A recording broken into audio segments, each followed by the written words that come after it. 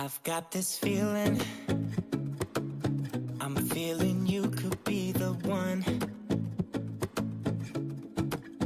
I see no reason why I should ever let you go. I don't wanna wake up if I'm dreaming, because you know I can't get enough of this feeling you're giving me. Don't wanna wake up, no, I don't wanna wake up. I don't wanna wake up without you, baby, without. I wouldn't know what to, baby, without you. I wouldn't know what to, oh you know, oh you know, oh you know. I wouldn't know what to do. I wouldn't know what to do, baby, without. I wouldn't know what to do. Oh you know, oh you know, oh you know. When you are with me, sometimes I forget to breathe. I'm looking in your eyes, wish you could see the things I see. I don't wanna wake up if I'm dreaming, because you know I can't get enough of this feeling you're giving me. Don't wanna wake up, no, I don't wanna wake up. Don't wanna wake up without you, baby, without. I wouldn't know what to, baby, without you. I wouldn't know what to, oh you know, oh you know, oh you know. I wouldn't know what to do. I wouldn't know what to do, baby, without. I wouldn't know what to do. Oh you know, oh you know, oh you know. You got me wrapped around your finger. Tell me what you wanna do. I think we're part of something bigger, and now my mind is filled with you. Oh you know, oh you know, oh you know. Oh you know, oh you know, oh you know. Baby, without. I wouldn't know what to, baby, without you. I wouldn't know what to, oh you know, oh you know, oh you know. Baby, without. I wouldn't know what to do, baby, Without you. what to do. I wouldn't know what to do. Oh yeah. Oh you know, oh you know, oh you know. Listen, Baby, without. I know what to do right now at least. Because it is Friday. What is up, everybody? It's Friday. What's up? It is another episode of the Doll Symposium. Let us switch the screens, maybe? Wait, hold on. There we go. Hey, what's up, everybody? What's going on? Welcome, everybody, to another episode of the Doll Symposium. It is episode 78. As always, I am your host, Shizusan, and my beautiful assistant with me today is the very lovely C2 from Code Geass. She's been waiting to come out of the cabinet for quite some time and spend time with us. How is everyone doing? Hopefully everybody had a great week. Maybe, hopefully. For me, it was okay.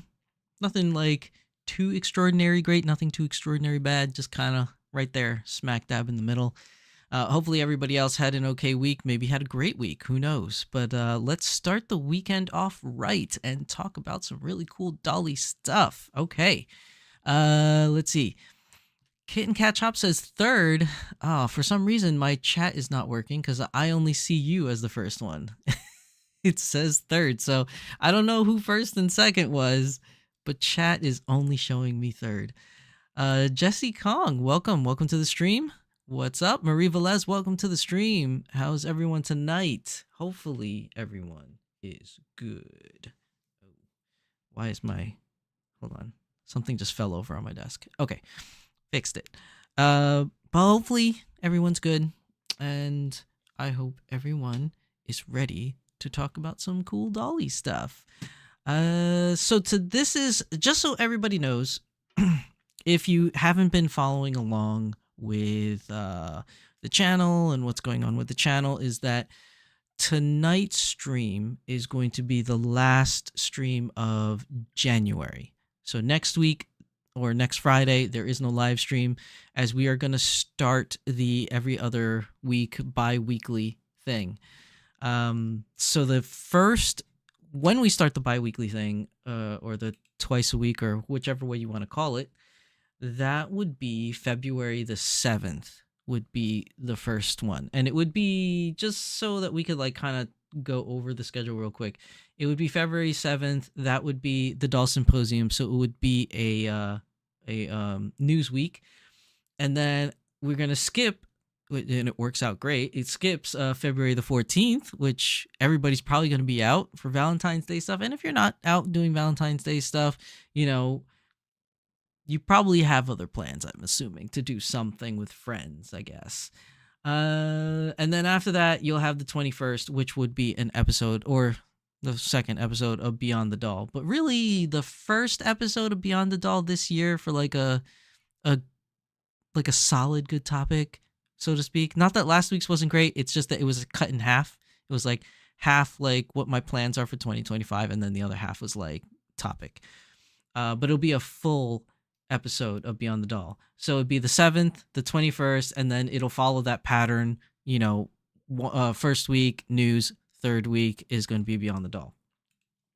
Okay, so that's just catching up with that. Kitten Catch-Up says it happened. We were all three at the time. 3 devices. Well, nothing came on my screen. It only came up the third. So, anyways. Okay, so this week, it's gonna be a really simple week. I say that all the time, but there isn't too much to discuss. But we'll go over as best we can with everything that is going to be going on. That being said, let us switch over to the internet view. Okay. So as always, we're going to start with some Dolphy Dream news. Switching over here, we have on the international event, or the international website. I don't know why I said event. International website for Volks. You have the Doll Party 52 after event. This already started on January the 18th, which was last week. But I'm just letting you guys know that there's still a lot of goodies here. You did miss out already if you wanted to get a chance at getting the Lico Rico girls. So that is already over. And now it's just the outfit collections.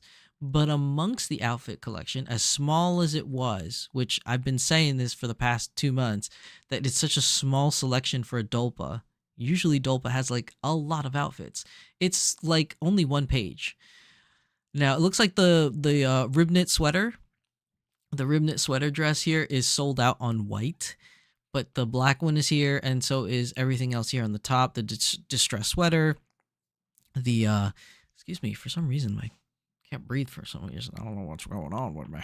The long skirt, the jackets, the scarves. You still have all these like call it the melodic jersey, but they look like streetwear stuff. We talked about this last time. It was like the sweaters with like the 2 zippers, so you can like change the different styles. And then you have the little Ida bags, as well as these 2 shoes and the t-shirts. And that's pretty much it. There really isn't anything else. It's kind of a disappointment for this Dolpa when it comes to outfits, because usually they have like a wide selection of outfits to choose from. But there really isn't much. But if there's anything that you did want, it's all still there except for this white rib knit sweater dress thing, which I kind of wanted, but I got no money to get to buy it, so I'm going to have to pass since I already bought outfits at the last outfit collection. I wish money grew on trees, man. But everything else is still here. If you guys wanted anything else, I do think this this scarf thing is really cool, the checkered scarf. So if anybody wants like a new scarf for their girls for the winter, I think that's a really cool one. The jacket here is pretty interesting since it's like the half cut like halter top kind of jacket thing. That's pretty interesting if you, depending on what kind of style you're kind of going for your ladies. I think it's really cool though because they don't really release anything like that often. But that's really it for that. Now the good news is we do have some actual new news for Volk stuff. It's not like incredibly like crazy awesome, but it is still pretty decent. Where's my girl Batman Jackson? Is she here today on the live stream? Because we got the Crystal Snow set. Now we talked about this last time for Snow Miku 2025. There was going to be this crystal outfit snow set. They had an animated picture or like cartoon drawn picture of what it would look like. And we still didn't get much information, but we got an actual photo of it. And that is it right there. I'm just a little bit disappointed because in the picture, it looked amazing. Like it looked really great. And don't get me wrong, it still looks pretty good. It's just that in the picture, it looked less blue, if that makes any sense. Like the original picture, it was kind of like this gray, but like a subtle like hue of blue in it. Whereas this one is just straight up blue. Like you could see it's blue. I mean, you could make the argument that there might be like a hue of gray into it, but it looks more blue than gray. If let me see, does this picture where is the picture? I want to see if I didn't have it prepared, but maybe if I click on this, it'll show us the picture. Click on this. No, it's not. It should be on this one. How many clicks do I got to do to get to the center of the Tootsie Pop is all I got to say. It's like a wahan, a tuhu. Here we go. So this is the original animated outfit. And as you could tell, it looks a little bit less blue. Like it's more like a gray with like a subtle blue tone in it. And I really like how this came out. Now, obviously it's an animated picture. So by the time it got to an actual fabric, maybe it just didn't translate as well because obviously reality is different than fiction. Shh, don't tell anybody I said that. But I mean, this outfit looks like amazing in this. It just looks really, really cool. And then if I click it back, because now I have to click like a bunch of pages to go back. Okay, where is it? Oh no, I don't. Okay, hold on. Okay, so there, and then if I go back, this is a little too blue. Like when you compare the two, right? Like it's kind of like a slate gray with hint of blue. And then you go back here, I feel like it's too blue on the actual one. Now, it doesn't mean that it looks bad. It's just that's why I say like slightly disappointed because I obviously it can never be like a one-to-one like exchange from paper to reality. But I mean, grayish blue to blue, it's not bad. I'm not saying it's bad. I just, maybe I'm being way too nitpicky, but I really like the way it looked here. And then here is a little different. Also, same thing with the wig. I did call it, people, though. I did call it. I said that more than likely it's not going to just be the outfit. It'll be a wig as well. And I was right because now we get the wig. You could see it here, the wig here. Now, obviously, the bear is not there, so you don't get the bear. But you do get the really cool wig with the white swirl into it. Now, obviously, again, going from fictional drawing and a picture and to reality, it's not going to translate 100%. But again, like the white is a little too obvious. Like in this picture, you can kind of see it like it's like slate gray to sky blue to white, like swirl. And then like as it gets towards the bottom, it kind of like all melds together in like this weird swirl of a color, which is like really, really cute. And it reminds me so much of the how do I say it? The lavender wig that came with Chitose Multiverse, where it was like lavender, but if you looked really closely, there were strands of like blue in there in the lavender hair. And that's what this reminds me of. Like if they did something akin to that, where it was like this slate gray hair with strands of blue mixed in and strands of white mixed in, it would have looked really, really cool. But then you have this, which looks amazing, and then you have this, which didn't really translate as good. Again, it doesn't look bad. I'm not saying it's god awful. I'm just saying I was expecting too much is really what I'm saying. Like I was expecting a 1-to-1, comparison, and that's not what I really got. And I shouldn't be disappointed because I shouldn't have expected it to be 1-to-1. But regardless of that statement, it still looks really good. I mean, you still have the hair ribbons, like the one long ribbon and then the short ribbon on this side. You still have the swirl hair, so you do have the blue and the white. Although in the picture there is gray to blue to white, where in this one it's just blue and white. So if we could have gotten maybe a little bit of gray mixed in there, I think it would have looked pretty cool. Unfortunately, we can't see the bottom half because it's only one picture that they shared with us. So you could see that it does have the one stocking on this side and then the blue ribbon on this side, kind of like the picture. You can also see it here, the blue ribbon and the one stocking. So, but you can't see the shoes. So here we have just like regular, what do you call those things? Like flats or like ballerina shoes or something like that. You can't see it here. So we're just waiting for more pictures to come. It also doesn't tell you exactly when this will come up for pre-order. It says completely made to order, which usually means pre-order. But it is going to be released at some point. Now, it says learn more. If you click on this, it doesn't really take you to anywhere that says when the release date's going to be. It just takes you to places when all the other stuff is going to be released as merchandise, but not specifically this one. So I think we have to wait a little bit longer to find out information on when we can actually start pre-ordering these items. But at least it gives you the price so you can kind of prepare.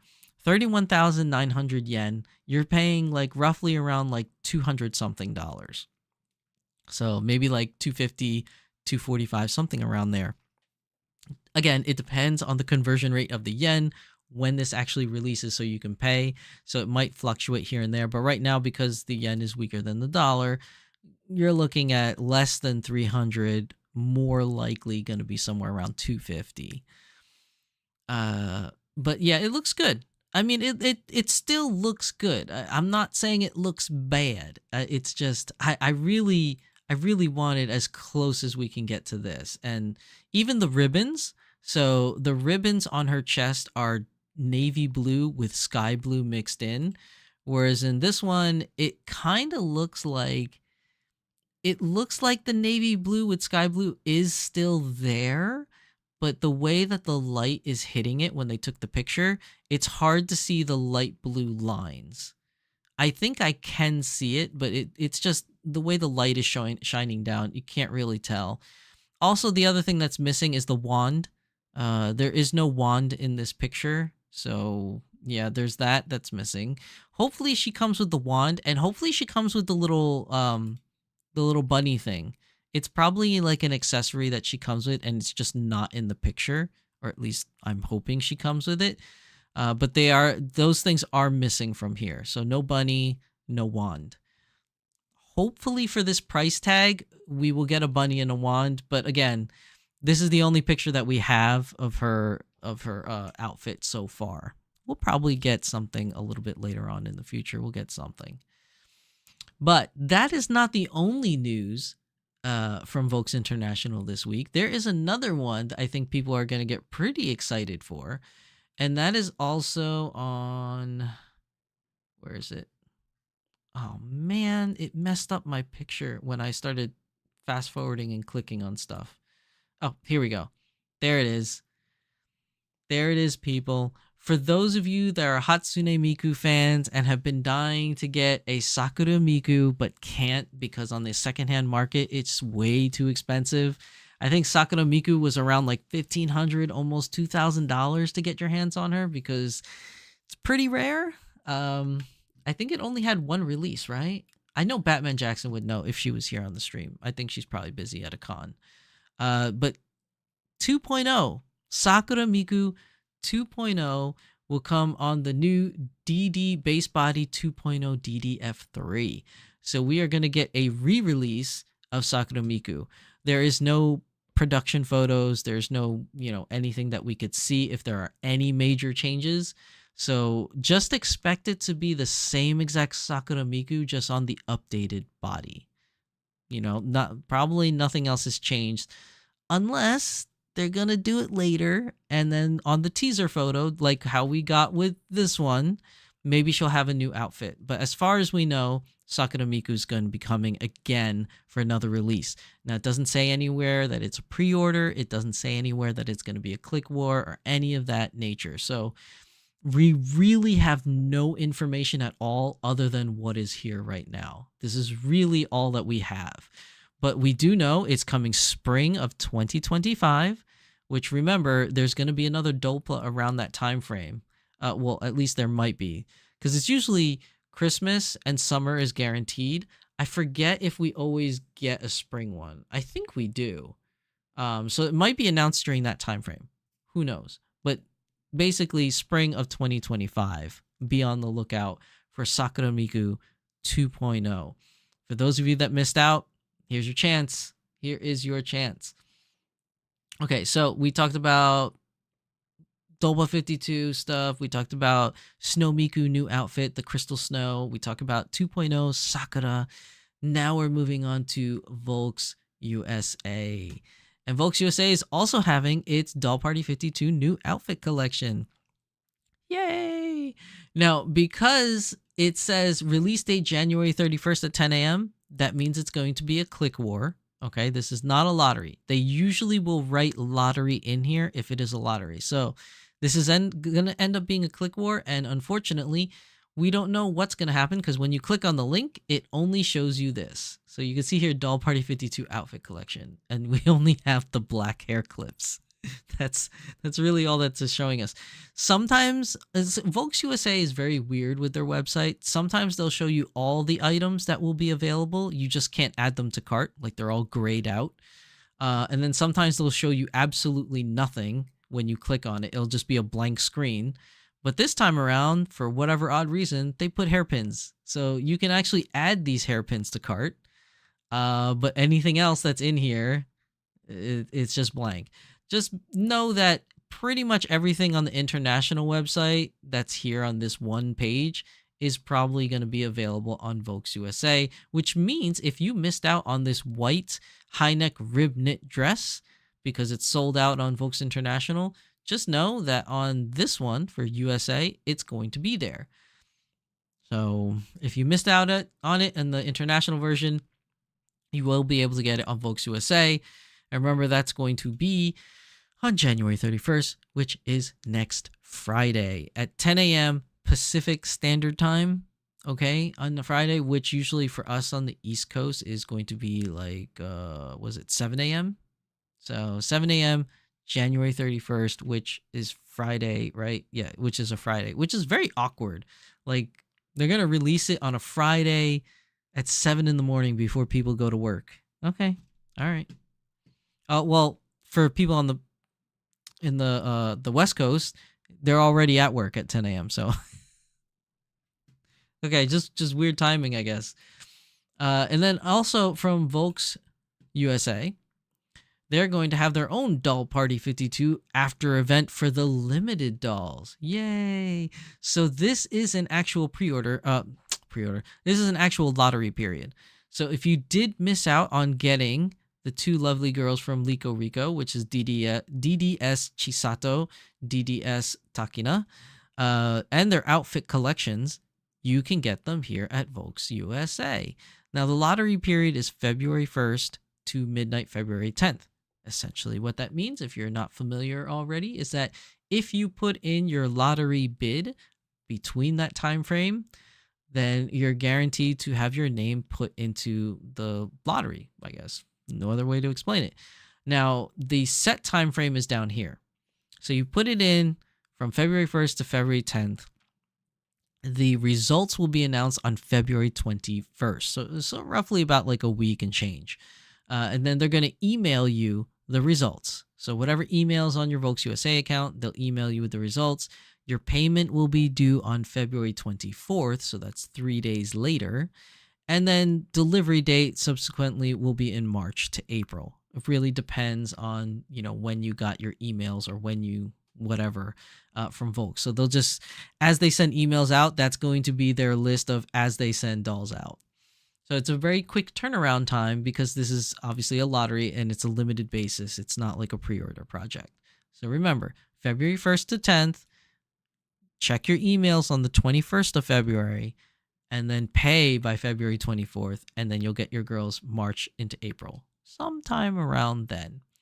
Now, I have to stress so that you guys know, because I know that a lot of the veterans watching on the channel know this already because it's been repeated many times. But if you're watching this, if you're new to the channel, just remember, if you enter into the lottery for both girls and you got a winning email for both girls and you weren't expecting that, buy them.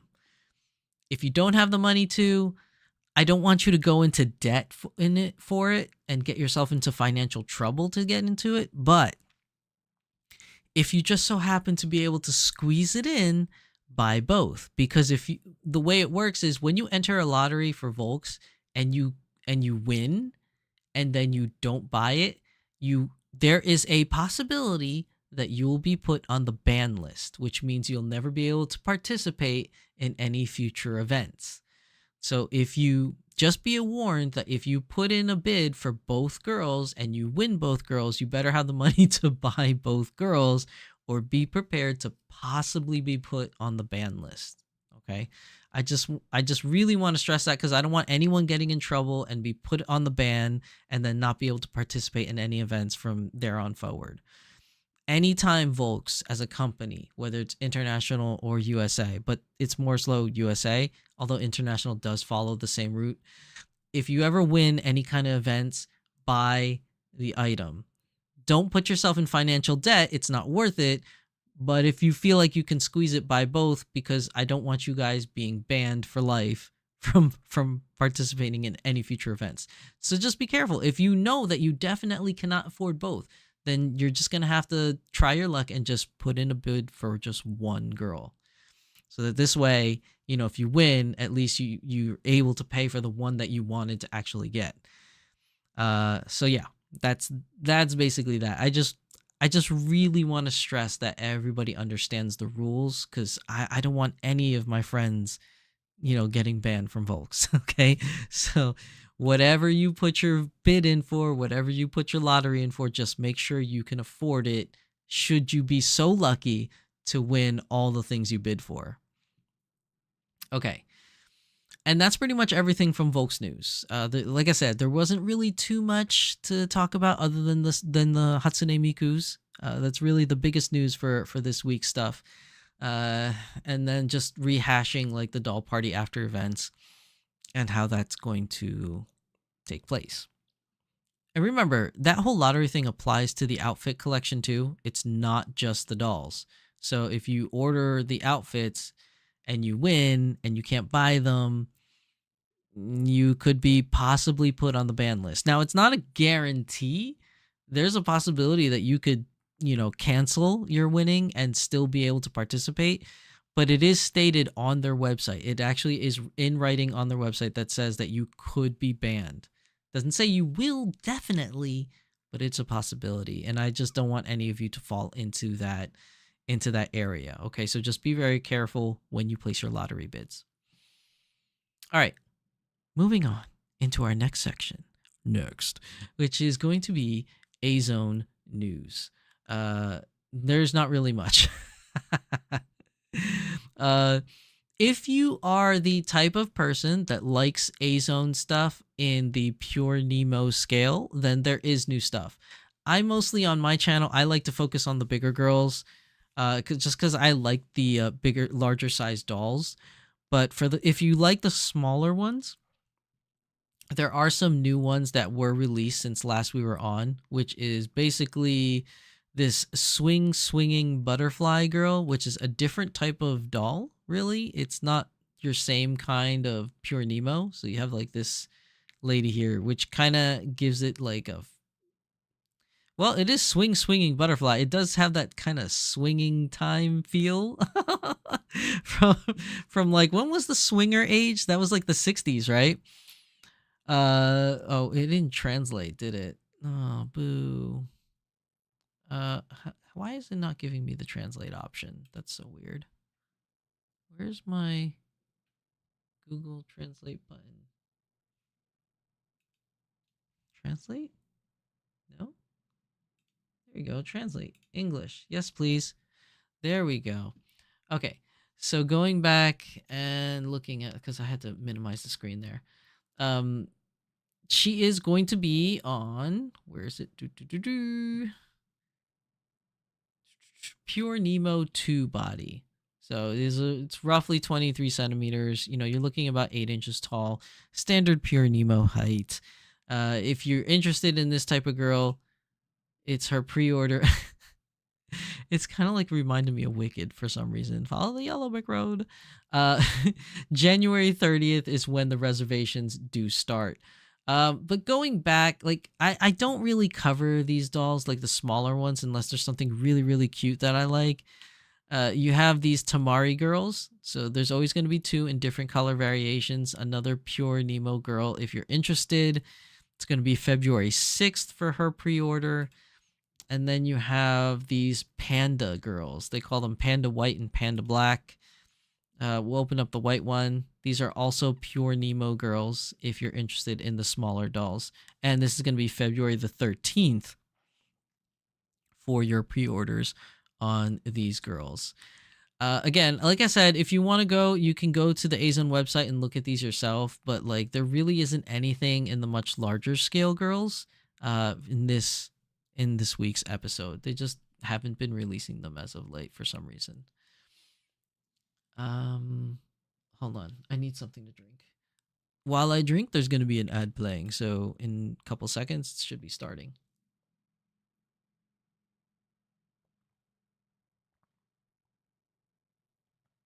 Oh, man. Nice cold water. Okay, that should have been enough time for you guys to hit that skip button. All right, let me go back to chat because I think I missed a couple here. Kitten Catch Up says, I wanted the bunny. It you know, the Miku might still come with the bunny. It's a very limited photo that doesn't show us as much. It might come with the wand and the bunny, but we just don't know. We need more information on this. Marie Velez is very excited for the new Sakura Miku. Piotr, welcome, Piotr. Welcome to the stream. This is also true for offline limited sales. If you get tickets for dolls, they are stapled together. And if you need to buy all of and you need to buy all of them.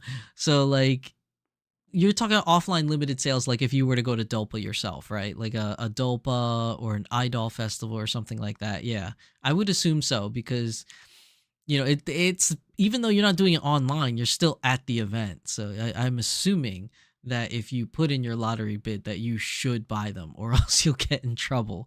Because, you know, essentially what it's doing is it's bad faith. You know, you're putting all these lottery bids to give yourself more of a chance to win when you only wanted one thing, and then it takes that win from somebody else.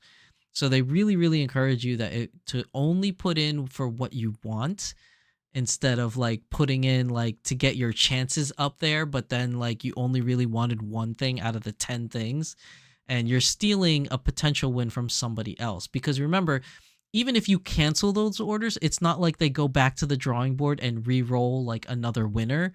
They don't. So all that extra stuff that you canceled and you didn't pick up, now that just sits in Volks storage, you know, waiting for a time to be re-released at some other event or something like that.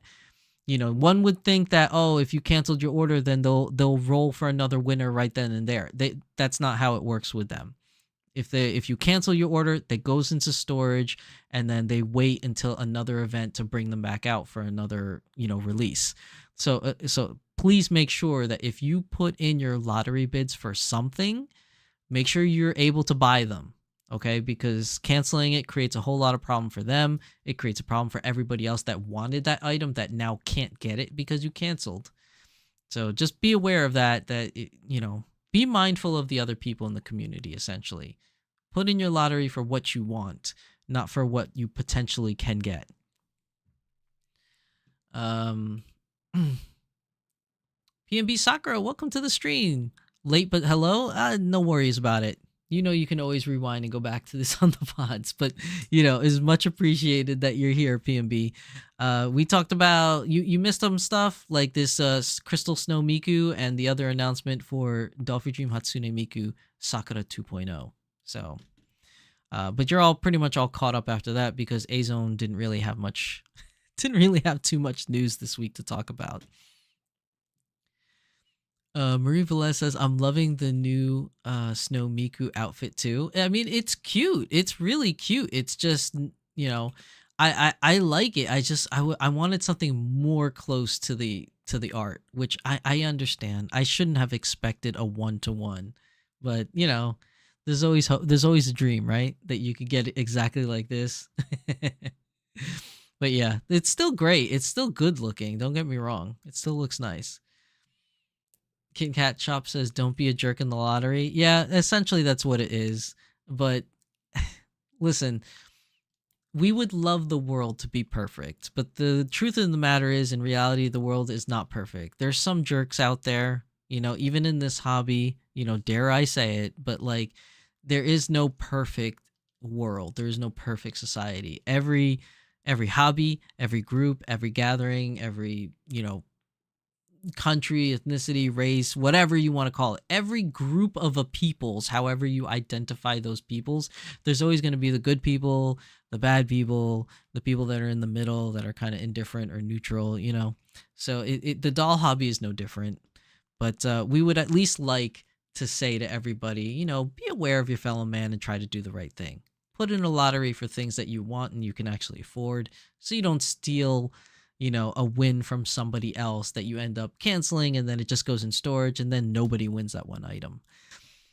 But yeah, we would like for everybody to be civil and caring for their fellow man, but it's just the world. That's just how it is. The world is just not perfect, and unfortunately, it does happen from time to time.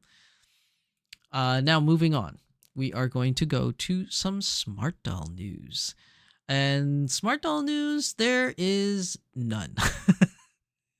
So Danny Chu is how do you say it? How does the phrase go again? It's is nothing but a man of his word. I think that's what it's called, how it goes. So he posted this Happy New Year's thing back on New Year's about how he's going to slow down on doing certain things, slow down on social media as well. And he is nothing but true to his word, because there is no new news in Smart Doll news.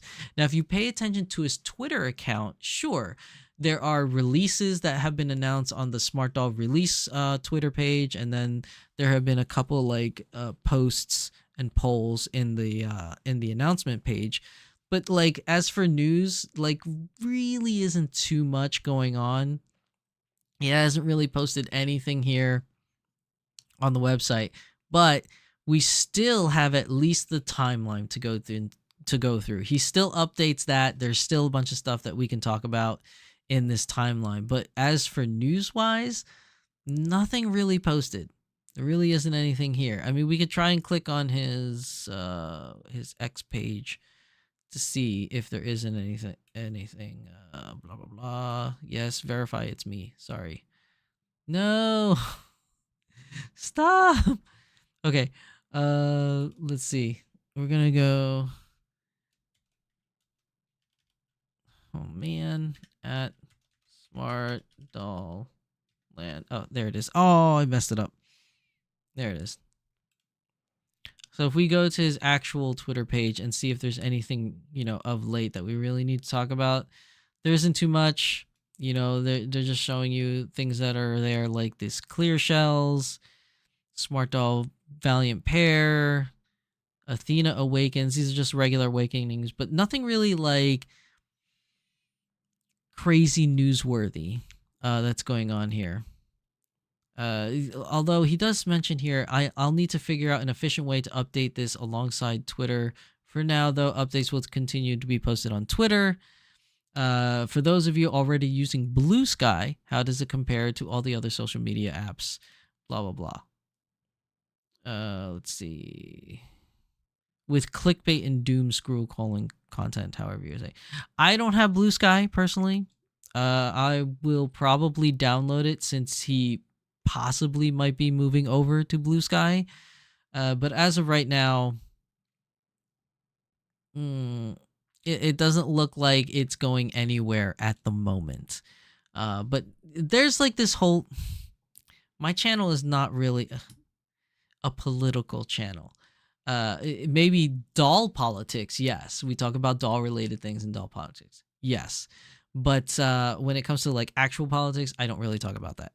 But what I will say is that, you know, people as of late have been... A lot of discussion has been going around about what social media site they want to be using in the future, whether it be Facebook, Instagram, X, you know, WhatsApp, or, you know, TikTok or whatever. There's like all these different apps in social media that a lot of different people use. And it seems like a lot of people are talking about migrating to other kind of things, other kind of services, rather than the standard. So there might be an exodus from X, which is kind of interesting to say. Not that it definitely will happen, but I'm just saying there's a lot of chatter about it. So if Danny is going to be moving over to Blue Sky, that is a possibility. But I don't know if he's going to officially move as of yet. He might. I mean, he's already discussing it and asking you guys what you think about it. But as of right now, we don't really know per se what's going to happen. And obviously, you know, you guys can log on to whatever social media platform that you want to use. That's purely your choice. But if you're going to want to follow any releases from Danny, as of right now, it's still on X, but just be on notice that there's a possibility he might move somewhere else, which could be Blue Sky. It could be something else. We don't know yet. There is nothing set in stone as of yet. But there may be a move, is all I'm saying. There might be.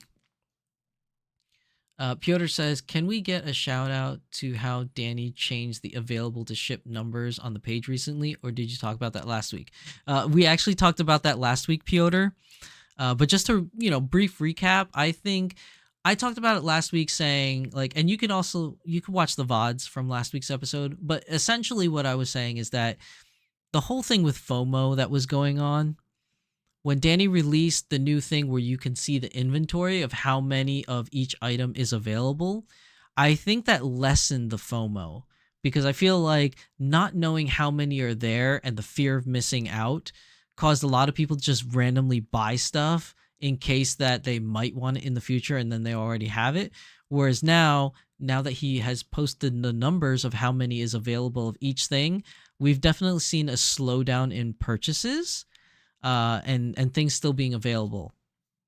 You know, it used to be a announcement release or a drop release would happen and things would sell out instantly, and people were like, oh, I put it in the cart, but when I went to check out, it was gone.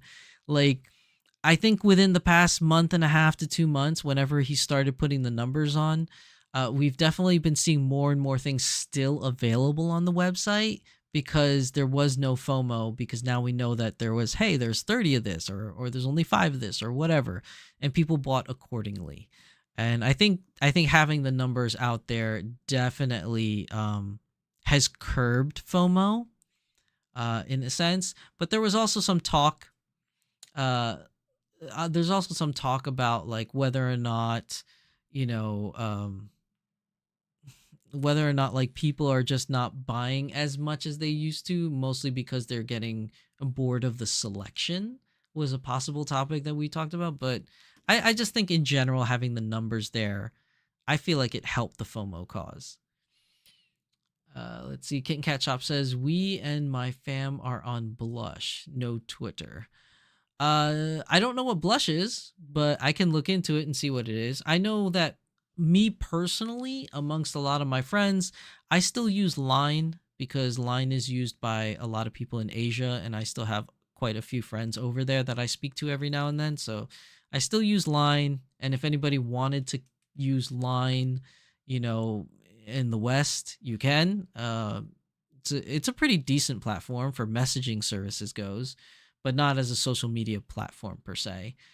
A lot of my friends have moved on from using Facebook Messenger, and now we have moved. At least me and my personal friends, like just to keep up with family and stuff.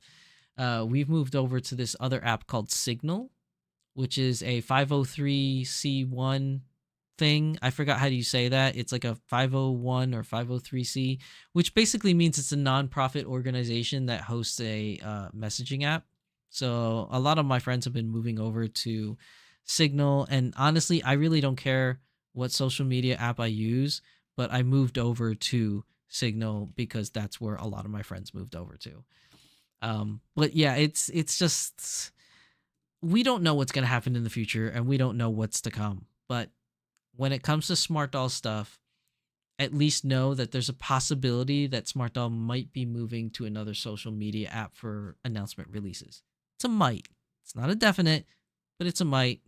Just keep an eye out there. I'll let you guys know if there's any official move. Obviously, you guys can keep up with Danny Chu yourselves just to see, if he announces any official moves. But so far, he's trying out Blue Sky to see if he likes it. That's as far as we know so far. Piotr says, I'm talking that numbers posted on page are fake now. Really? Are people saying that? Are people claiming that the numbers are fake? I wonder how that would be though. Like, I haven't really been delving, like, I haven't been deep diving into any like Discord chats or anything about like the number releases.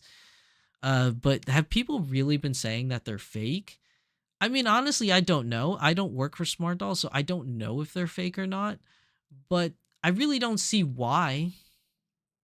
I can't think of any reasons why they would want to make the numbers fake, because if you make it less, then it only creates more FOMO, I guess. And I know he's trying to get away from that. That's why he actively tried to put numbers. Now, I understand that there always could be an argument to make the opposite. And I know there are probably people that would argue the opposite of that. But I just don't I I don't believe that he would do that. That's just my personal belief. I don't believe that he would fake the numbers on his website. It just doesn't seem like something that he would do. And that's just by my own personal knowledge of talking to the guy and hanging out with the guy. He just doesn't strike me as the type of person that would do something like that and fake the numbers. I feel like people that don't know him, that, and not by any fault of their own, it's just maybe he just hasn't gone out to where you live. But I feel like people that don't know him, that haven't had the opportunity to really talk to the guy and get to know him, would probably be more so to say that than anything. But I really don't feel like he would do that. Now, I know that last time when I talked about the whole FOMO thing and I was talking about Danny doing this or Danny doing that, one of our good friends here on the channel called me out and and said, Shizusan, your Smart Doll fanboy is showing. And it is. I'm not going to deny that. He called me out and he called it 100%. My fanboy was showing. And that's true. I don't hide that fact. But just because my fanboy is showing does not necessarily mean that I'm particularly wrong or right. I think it's more so like it's a perspective thing. I feel like if you have limited information in front of you, then you make a certain decision. If you have all the information in front of you, you make another type of decision based upon that. It really just depends on your outlook and what information is available to you. Now, if you're just basing everything off of rumors, then you might be so inclined to believe one way or another. I don't like to base things off rumors. And I'm not saying I'm infallible. I've probably heard a rumor or two and said, hey, this might happen or this might happen. But at least I say, take it with a grain of salt. This is something I heard. I don't know if it's true. At least with at the very least, what I could say about Danny is, after personally getting a chance to like know the guy, I feel like this is beneath him. I feel like faking the numbers and fudging the numbers on his website is not really. I just don't see why he would do it and what he would really get out of it. Like he really is, in my humble opinion, in my personal opinion, and yes, you can call me out for fanboying or whatever, but I feel like he's actually one of the few people in the world that says what he really means. Like he's not doing this for money, although money does help fund his business. Money does help fund his ability to do a lot of research for new dolls and new skin tones and new whatever that he wants to do for his company. It's always good to have that so you can do R&D, but really he just does it because he likes it. I think ultimately at the end of the day, he does what he does because he likes it, and he creates the products that he does because he wants to and because it interests him and piques his interest. Whereas some companies might do things purely because they know it will sell and that the people want it, and they do that to make money. And I feel like that's not really his thing. Like after getting to know the guy, I really don't feel like that's his thing of trying to skim one way or another to make money or to scam people. But again, you never know people 100%. So I can only base off of what I have been able to glean from the guy from hanging out with him a bunch of times already at this point. And I when I say hang out with him, I don't mean like, hey Danny, what's up, and then leave kind of thing. It's more so like I spent time with the guy, in like on one-on-one situations, not like in a crowd. So like I don't know. I just feel like I know him enough, at least. We're not like best buds calling each other every day kind of thing, but I feel like I know him enough to at least make an educated guess that he wouldn't actively be fudging the numbers.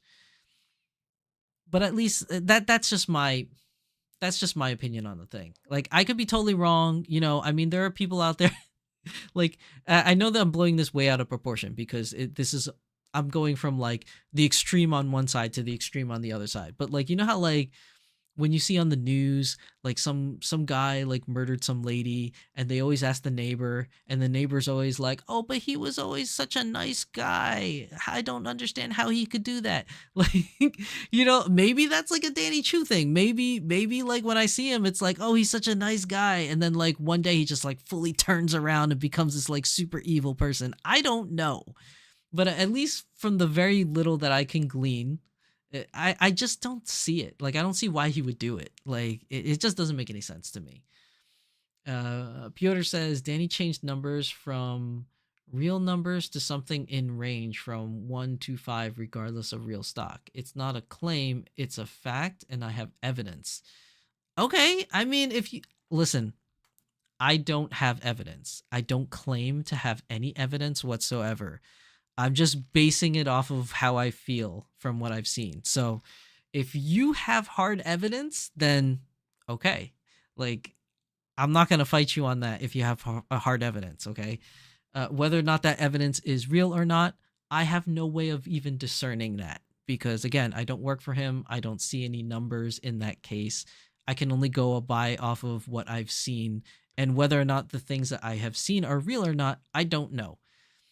But let's see, going on, because you wrote more. It says, I don't know why, and I don't guess his intentions, but the numbers changed recently and they don't represent the stock levels like they used to for the past 3 months.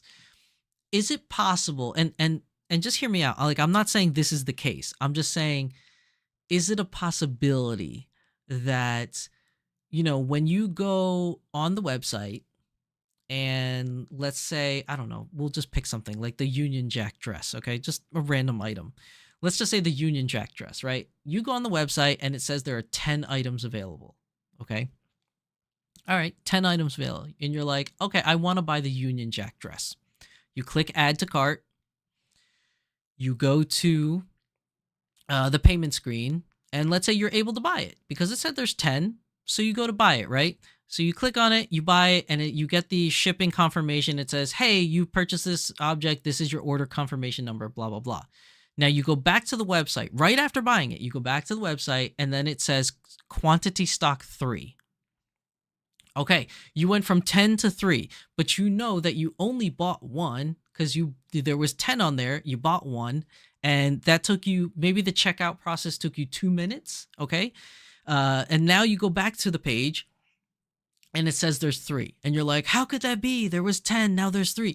There could have been like 6 other people that bought the dress the same time you did, and by the time you went back and you refreshed the page, that's why the number is drastically different. Maybe on the day that you bought it there were 10, and when you go back and you refresh the page it says 9, maybe because 6 other people didn't buy it that day, and at that time when you went, it was really just you that shopped at that point in time. Maybe you shopped at 2 in the morning or 3 in the morning and nobody else was shopping at the time. I don't know. I'm just saying, I'm not saying that that definitely is what happened. I'm just saying it's a possibility it could have been that, right? Like it really could just be that product moves really fast because a lot of people bought the same time you did, and maybe the numbers changed at that point.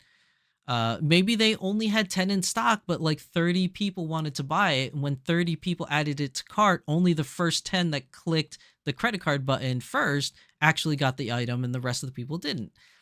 I mean, that's just how it goes, right? Because you don't, when you're an international company and you sell to anyone all over the world at the same exact time, there's a possibility you might not get what you want because you're fighting a bunch of other people trying to add it to cart at the same time. I don't know if that's true. I don't know if that's the case. I have no evidence to back it up. I'm just saying maybe that's a possibility. Maybe. I don't know. PNB Sakura says cookies or software bug. It's possible. It could be a cookie bug. It could be a software bug. One thing that he did mention was that I think he mentioned it, what was it, maybe 2 months ago or something like that, or maybe a month ago, that the program that he uses, or the affiliate program that he works with, which is Shopify or something like that, had a bug in the system. And I remember them saying that they were working on it because it was giving inconsistent prices, or it was doing something weird during the checkout process. And he said that they're working on it. There's some technical difficulties. It could be that. It could be that. I don't know. I have no proof. I have no evidence to prove otherwise. I'm just basing it off of what the guy said. So, take that for a grain of salt. Let's see. Piotr says, no item says 10 now, except medical aids. They are all 5 to 6 or below. Okay, but, and again, I'm only guessing, maybe that there is only 5 or 6 items actually in the site. I don't know. Or maybe that's just a metric that they like to use. Maybe they use a above or below metric saying we have less than 10. Or less than 5, but not an exact number. Like maybe they only have 3, but the website just says less than 5. I don't know. I haven't been on the website for purchasing reasons. I've been on the website just look at stuff, but I haven't been there to purchase in a while because I quite frankly don't have any money to spend at this moment for smart doll stuff, or any doll stuff for that matter. I haven't bought anything in at least a couple months already. So I don't know how much of an impact or a change it is currently. But I did go on the website to see that he added numbers and a certain amount that's available on the website. But again, you say you have evidence. I don't have any evidence to back it up. I'm only speaking from observation and what I personally feel may have happened. But I have zero evidence. Okay, if you claim to have evidence, that's one more step more than I have. Whether or not I'm right or you're right, I don't know. I have no idea. But I would like to believe that he is not intentionally fudging numbers or putting fake numbers out there. If it ends up and you do have real evidence and it's true that the numbers are being fudged, it may not even be him. It may be a programming error. It could be a bug in the system. Excuse me. I honestly don't know. I'm just thinking of different ways that it could possibly happen. looking at it from all sides. I mean, you're looking at it from one side and you have evidence to back it up. I'm looking at it from the other side because I like to see both sides. So I see your side. I'm just expressing my side. And honestly, I don't know who's right or wrong because I have no way of determining that.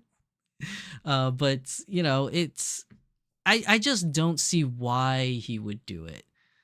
Like if it was, okay, so again, we're going to go off topic a little bit. But if it was something like Target, I might make some people mad with this analogy. But as a Transformer collector, I like to collect a lot of Transformers. As a collector of Transformers, when I go to Target, Target is the worst at that. I hate Target's website. Target's website will always say they have like X amount of this or X amount of that available. But then when you go there, they don't have it. It's so crazy. Like I'll click on, I don't know, they just recently released, well, not recently, but within the past half a year, they released a new Optimus Prime at Target, but it's a Target Optimus Prime. So the truck is in all Target colors. It has the Target logo on it and everything. It looks pretty cool. But there's a Target Prime, right? And I wanted to buy it for my son because he thought it was really cool looking. So I looked it up on Target and it says there are 5 in stock at my local Target. I go there, there's none on the shelf. I go to the next store clerk. Not before I go to the next store clerk. Luckily, someone on the internet posted the UPC code. So I took that UPC code on my phone and I scanned it in their price scanner. And in their thing, in their own price scanner, it says there are 5 at this location. I went to the stock person. I said, hey, look at this. It says there's 5 here. Is there any in the back? Can you check for me? Because there's supposed to be 5. I really want to get one of these. And they were like, oh no, we don't have any of those in stock. And I'm like, he didn't even go look. He just says, well, if you didn't see it on the shelf, then we don't have it.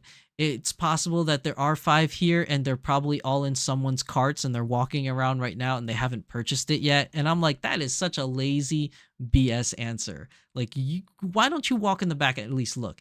And of course they can lie. They can walk in the back, just sit there with their friends for a little, be like, okay, time's been enough. It seems like I looked. Go back out and just be like, nah, I didn't see anything. But he didn't even do that to lie to me. He didn't even go that extra step to lie to me. But it's like, come on, man. So like I see like fudging numbers like that because you have so many people working the store. You're such a big company. Nobody cares about you in big box store companies like that. They don't care that I want a Transformer. They're just whatever. I don't see Smart Doll doing that. I just don't see Smart Doll doing that. It just doesn't make any sense. And plus the fact that, and PNB Sakura puts up a good point. Employees of a store have the option to put something aside for themselves so that they can purchase it. There are rules into it. Like I know there are rules that say, hey, you know, as an employee, you can put something on the side, but you have to buy it before Friday or something like that. And then if you don't buy it before Friday or something, we have to put it back on the shelf so customers can get to it. You know, I know there's a lot of employees in Target that's hoarding these things too, whether they want to keep it because they like those things and they want it for their own collection, or whether or not they hoard it so that they can buy it and then flip it on resale on Mercari and eBay for double the price. I hate that. I hate that so much that these employees are scamming Target and Walmart shelves to keep the items for themselves, and then they go on eBay that night and then sell it for double the price. Oh, that makes me so mad. And I don't think Smart Doll's doing that. I really don't think that's happening in Smart Doll Land. Like they have such a small team already. I don't think any of the team members are scamming products on the side to sell it for double the price later. I really don't think that's happening. But like that's the only example I could come up with or think of where companies are fudging the numbers, whether intentionally or unintentionally. Like, I don't see that happening in Smart Doll Land. I just don't understand why that would happen even in Smart Doll Land. But again, I mean, I'm not like, I have no evidence to back this up. So I could be 110% wrong. I have no evidence to back any of these theories that I'm saying up. I'm just saying these might be possibilities. Okay, let me, now that I went on this whole weird tangent, let me go back to what you were saying in chat. Okay, so you said no item says 10 now except medical aids. Okay, I read that one. Kitten Cat Shop says, we have some items as, say, 5. Technically, we have 0 because made to order.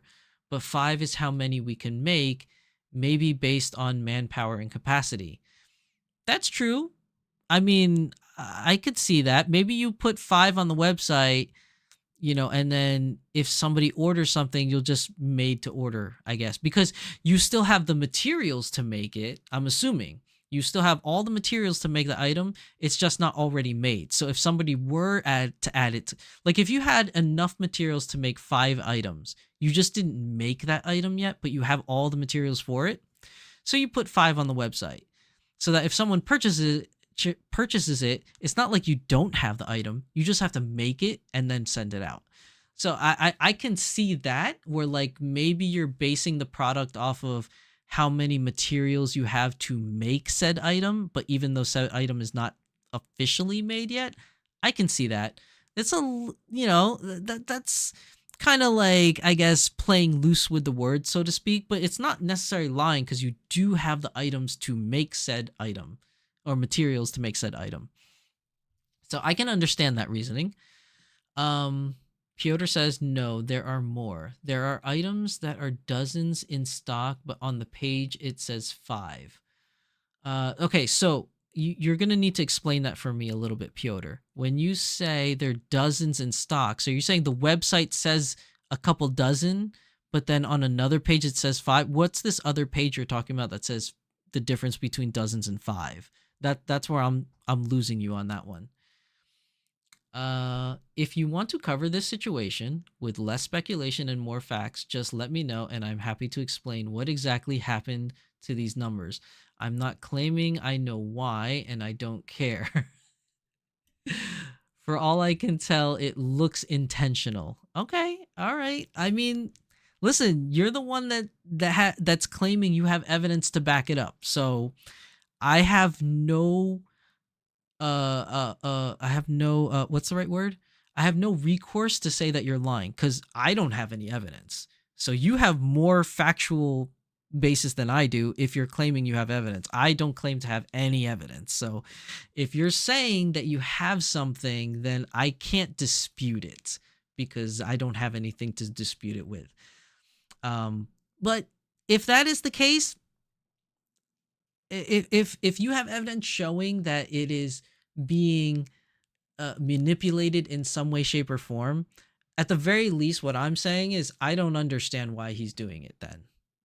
If that is the case, and it is 100 proven fact, like you say it is, I just don't understand why he would do it then. Like, it doesn't make any sense to me why he would do it. I don't know. Like, I really have no idea. I also don't really see it being a benefit to him, especially when, like, there's a lot of like rumors or speculation all over the internet already, and this is not like a new thing with Smart Doll Land. I mean, there have been a lot of rumors and speculation and people saying things about Smart Doll Land since way back in the day during its inception in 2014. Like, it's not like the first time there have been things said, but most of those I feel like, how should I say it the right way without sounding like a fanboy? Most of those things are not necessarily have been, I guess, proven to be right. It's more so just remained rumor. But if you have, like I said, again, if you have proof, then share the proof with everybody. Post it on social media or something, or post it on Facebook groups or something like that. That, hey, I have empirical proof. Here's the proof. You can all read it. Blah blah blah blah blah. Right. So at least in those platforms, it's much like saying it here on the live stream is fine because I like discussing this with people. I like discussing it with you because it's a good topic to talk about, and I feel like everybody should be aware of what's going on in the community, whether it's good news or bad news. But I feel like something like this is probably best put in like in a Facebook group or a Discord group where you can actually like show the proof to people and like show like the slides or like the photos or whatever that you can show that, hey, this is really happening and I have proof and here it is. But again, I'm not saying let's not talk about it. I enjoy talking about it with you so we can delve into this topic. But you know, I just even if you have this proof and it's 100% fact, I still don't understand why he would do it if that were to be the case. Like if he's really fudging numbers, I mean, what benefit is it to him? I know some people will say the benefit is he'll make more money because he's creating false demand or something like that. So people keep paying money. But I don't know.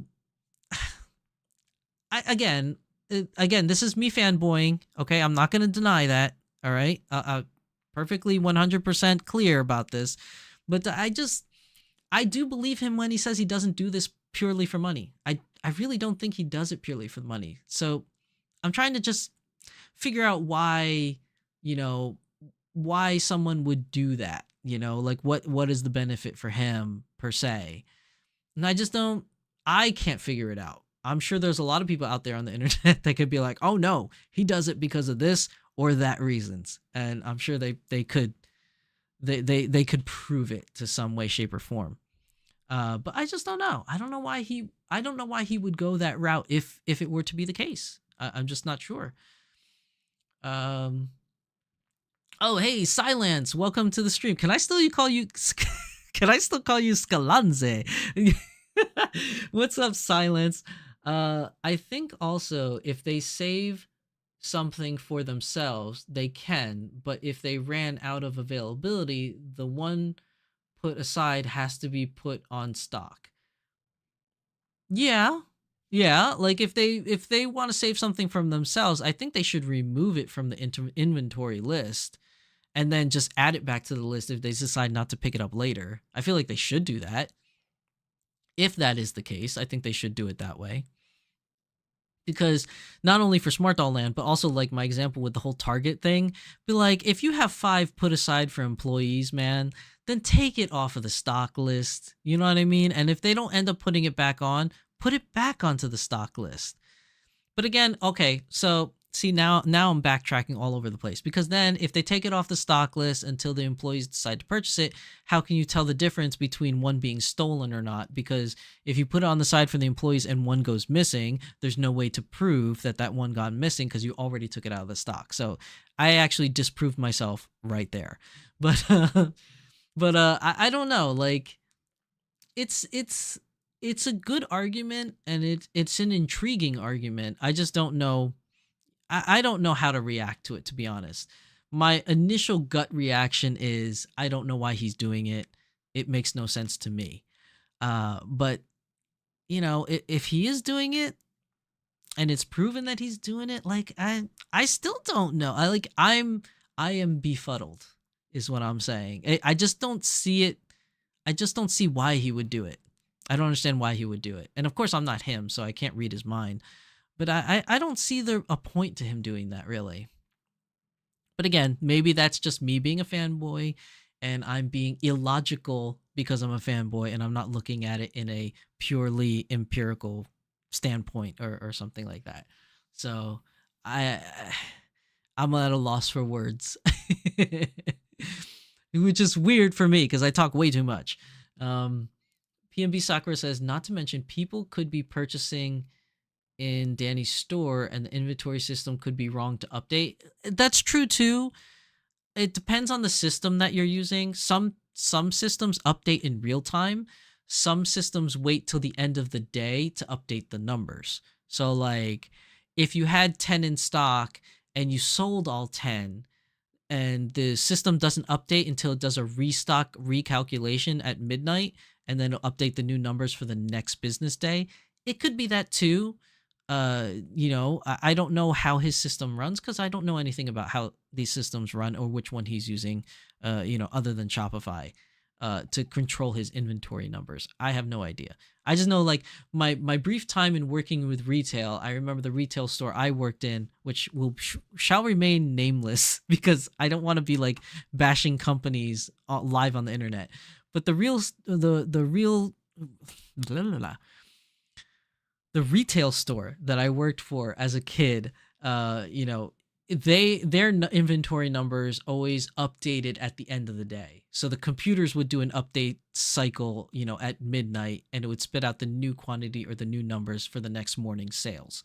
I'm not saying that Smart Doll works like that, but it's just the way it is. Let's see. Piotr says no. Website says 5, but the physical stock is higher. Okay, but how do you know what the physical stock number is? That's my question. Because me as a consumer, I can only see the number stock on the website. So how are you getting the physical stock number is what I'm asking. So basically, Danny is telling us that there is less items available than there really is. Oh, so you did post it. Okay. Oh, okay. So Piotr, you're Vega Starlight. Okay, I'm sorry. The two names didn't coincide for me because I know you as Vega Starlight. I didn't know that Piotr is your other name, and which makes sense because not everybody uses the same names in different platforms that they use. So okay. So yeah, okay, I know about you. I know about Vega Starlight. Okay. He could do that to make it look like the items are running out. Yeah, he could. I can't, I'm not denying that that's not a possibility. But there's also, okay, I'm just taking this piecemeal at a time. I know you're typing more stuff, but it could be the same as Volks. So with Volks, what they do, and I have no empirical numbers to back this up. I have no evidence. I only have observations that I can do. But when you go to, let's take Dolpa, the last Dolpa 52 that happened in December, they released X amount of numbers of the Lico Rico girls, right? And then they save, even though they ran out of a certain quantity that they have for Lico Rico girls at the site, they save some. They have more money in stock than they're advertising at the Dolpa show because they're saving some for the after event on the internet for international buyers, and they're saving even more quantities on the side for the Volks USA after event to be released on that after event. And even after that, after the Dolpa 52, after the Volks International website after event, after the Volks USA after event, I believe, I have no evidence to back this up, but I believe they have even more copies of Lico Rico into their warehouses somewhere.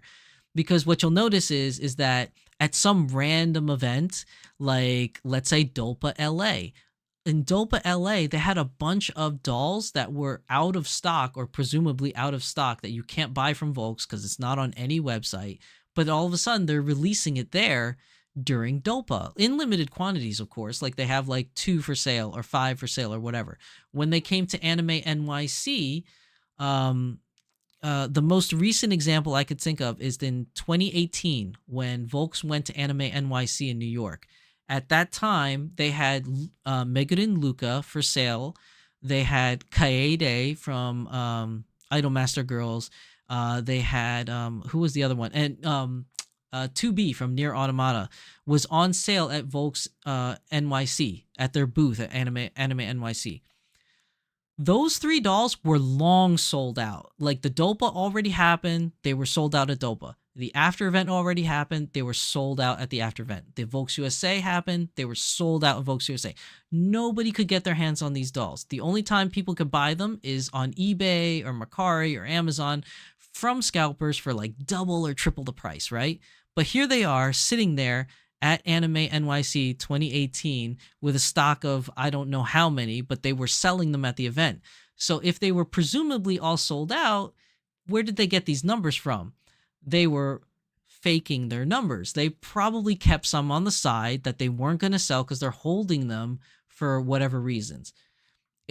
I'm not saying that Danny's doing this. I'm just saying, could it be possible that the numbers on the website for 5 available is the numbers that they're willing to sell at that time, where they physically in the store have like 30 of them, but they're saving them for special things, maybe for a new outfit that comes out for something, or maybe for when they go to London Comic-Con or when they go to Anime NYC and they decide on selling things. There's also things that they, and I don't think this is a secret anymore, but it was a little bit of a secret. But like back in the day in like 2017, 2018, when he went to shows, he was, whoever he asked, the individuals that he asked to help him at a show, he gave them smart doll items as like a form of thank you for helping me at the show. Before, he used to tell us like, don't tell anybody that I'm giving you these things for helping me out or whatever. I think that ship has long sailed because he's already done it so many times. At what's it called, Anime Impulse. He's mentioned it at the last Anime NYC he did 2 years ago or a year ago, whatever that was, where like people were saying like My Lady Disdain. Remember them? They were setting on their channel that, oh, look at this new Black Navy girl that I got. I got it from Danny from Anime NYC. So you never know. Like, sure, maybe he has like 30 items physically in stock, physically in the stores, but on the website it says he only has 5. Because maybe he's saving some of those items not to fool people about FOMO, but maybe to give them away as gifts to people that has helped him out. Some of them might be available for like, we now have the, on the Smart Doll website, we now have the Smart Doll creators page, right? For the creators. And Danny has mentioned that he is going to start up that Smart Doll, what is it called again? Kitten Cat Shop, if you can remind me. He's saying that he's going to start the Smart Doll Creators group, where he's going to work with creators to work on certain projects for Smart Doll to help out on things. It's possible that some items may be physically made and ready available, but put onto the side to give to those individuals to either beta test or as a gift for helping Smart Doll with a certain something or whatever that may be. I'm not saying that this is the reason, and I have no evidence to back it up. I'm just saying that it's possible then maybe that's the reason. I don't know. Again, I'm speculating. No evidence to back this up. I'm only speculating. But I'm saying that could be a possibility why you may physically look through the windows of the store and see more of a product, but less numbers on the website. I'm just guessing, okay? I have no evidence to back any of this up. It's just an observation thing. PMB Sakura says there used to be a system that could take of things. It is called layaway. Takes it off stock, but if not purchased, cancel after a time, goes back into stock. Yeah, but Smart Doll doesn't do layaway though. PMB Sakura. I know what you're saying, and that could be for Target maybe. Or a Walmart, because I think I know Walmart does layaway. I don't know if Target does layaway. But Smart Doll doesn't do layaway, so that doesn't apply to the Smart Doll reference. And then Silence says, yeah, it's fine.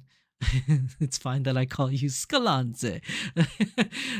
Piotr says, I think you're too obsessed with why, and because you find no explanation, you tend to deny the observation. No offense. No offense taken, Piotr. You are correct. I am obsessed with the why, because that's the first thing that kind of goes into my mind. It's not like the whole, oh, this is actually happening going on. I really want to know why. Like, that's why I'm kind of hung up on it, because if he is doing it, why is he doing it? Like, it just makes no sense to me. Like, why would he do it? You are right. I am hung up on I am obsessed with the why. 100%. Not gonna deny that. Let's see. Okay, and then you said the whole thing about Mirai store has windows. Okay, I'm out of the store, so I can write a bit more to give you a solid example. Oh, you're out of like you were physically in the store right now? When you were typing this stuff out? When High Heel Feet dropped a few days ago, the ready to ship quantity for all colors was 5. As the stock quickly depleted, whenever it was just about to sell out, it was quickly restocked again to 5. In fact, it looks like there were 20 plus units of cinnamon feet available in total, but they were for some reason dripped by 5 at a time. All that happened in the span of hours. Okay. I could see that. I understand and I follow where you're going with that. Where, they probably released 5 and they had more, and then every time it sold out, they restocked. I can follow the logic on that. Okay. So if you're saying that's what's the faking the numbers is and all that kind of stuff, okay. I can't deny that. That logistically or logically, that does make sense, that they must have more if they constantly restock the 5 over and over. But again, I'm obsessed with the why. Why would they do that? And I know you mentioned it before a little bit up more on the comment section. You said he could do that to make it look like items are running out. Possibly, and I'm adding this part, the possibly creating more FOMO than there should be. I mean, yes, I can't deny that logic behind that, but I don't know why he would do it. I'm so obsessed with the why. Like, why would he only put it 5 at a time? I honestly don't think it's to create FOMO and make money. I really don't think that's the case. I don't want to believe that's the case. It's possible that it could be. It's possible you're 100% right. I don't want to believe it. And that's me that's me fanboying. Okay, that's me fanboying. I don't want to believe it, but I can't deny if the goal is to create FOMO and if the goal is to make more money, I cannot deny the fact that that is definitely an option to do that. Like, if you wanted to create FOMO and if you wanted to make more money, that is a good strategy to create the FOMO and make more money. I don't want to believe that he would willingly want to do that. And yes, I know I'm obsessed with the why. Why would he do that? Like, I don't know why he would. I don't want to believe he would do that on purpose. But again, some people they show one face and then that's the face that they put out there, for everybody to see. That's their public figure face. And then they could be thinking another thing, personally on the inside. That goes for everybody in life. I don't know if Danny is like that. To me personally, at least, like when I talk to the guy one-on-one, he doesn't come off that way to me. But you never know. Like, maybe he has a dark side. I don't know. I don't want to believe he has a dark side because he seems like a pretty upstanding guy to me. So, I mean, but again, maybe I'm a bad judge of character too. Maybe I'm just really bad as judging people's characters. Like, I don't know. But I am obsessed with the why. You're not wrong. I really want to know why now. Now that it's a question, it's like, well, why would he do that?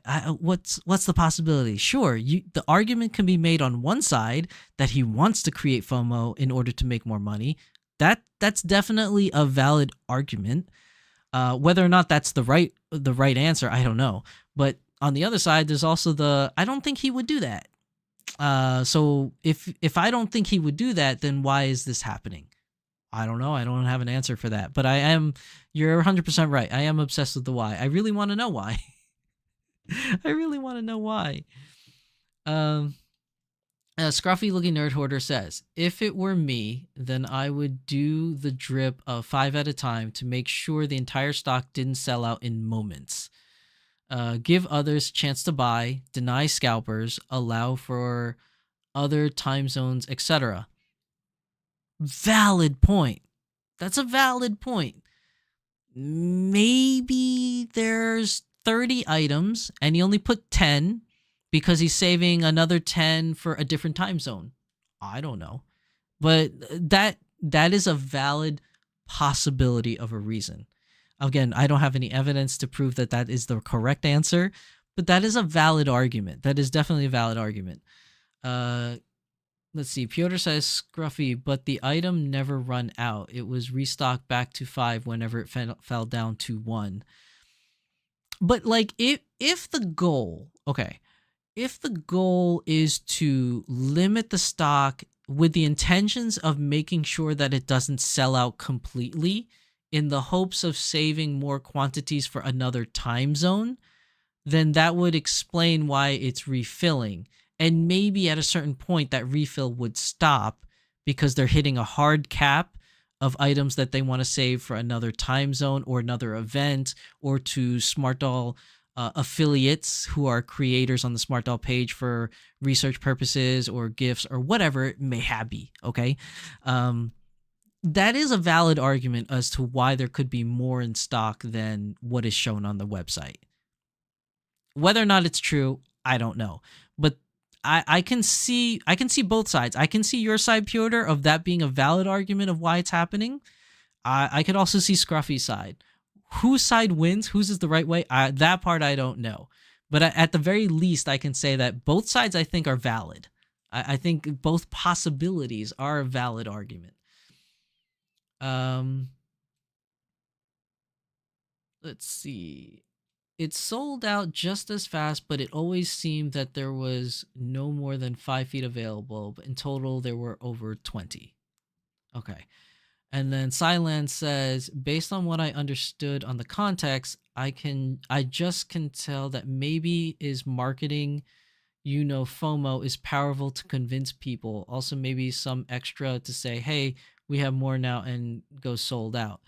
I arrived late, so I'm just saying based on the context and assuming. LOL. I know we all are at this point. Well, except for Piotr, because Piotr says he has physical evidence. But for me, I'm just assuming. I'm just basing it off of observations and context. I don't have any proof. But I think either way, I think both arguments are valid arguments. Whether or not Piotr's argument is the right answer and that's what's actually going on, I couldn't tell you. Whether Scruffy's version is the right version and what's actually going on, I couldn't tell you. And obviously my observations or my beliefs of what is actually happening, I have no proof that that's actually the case.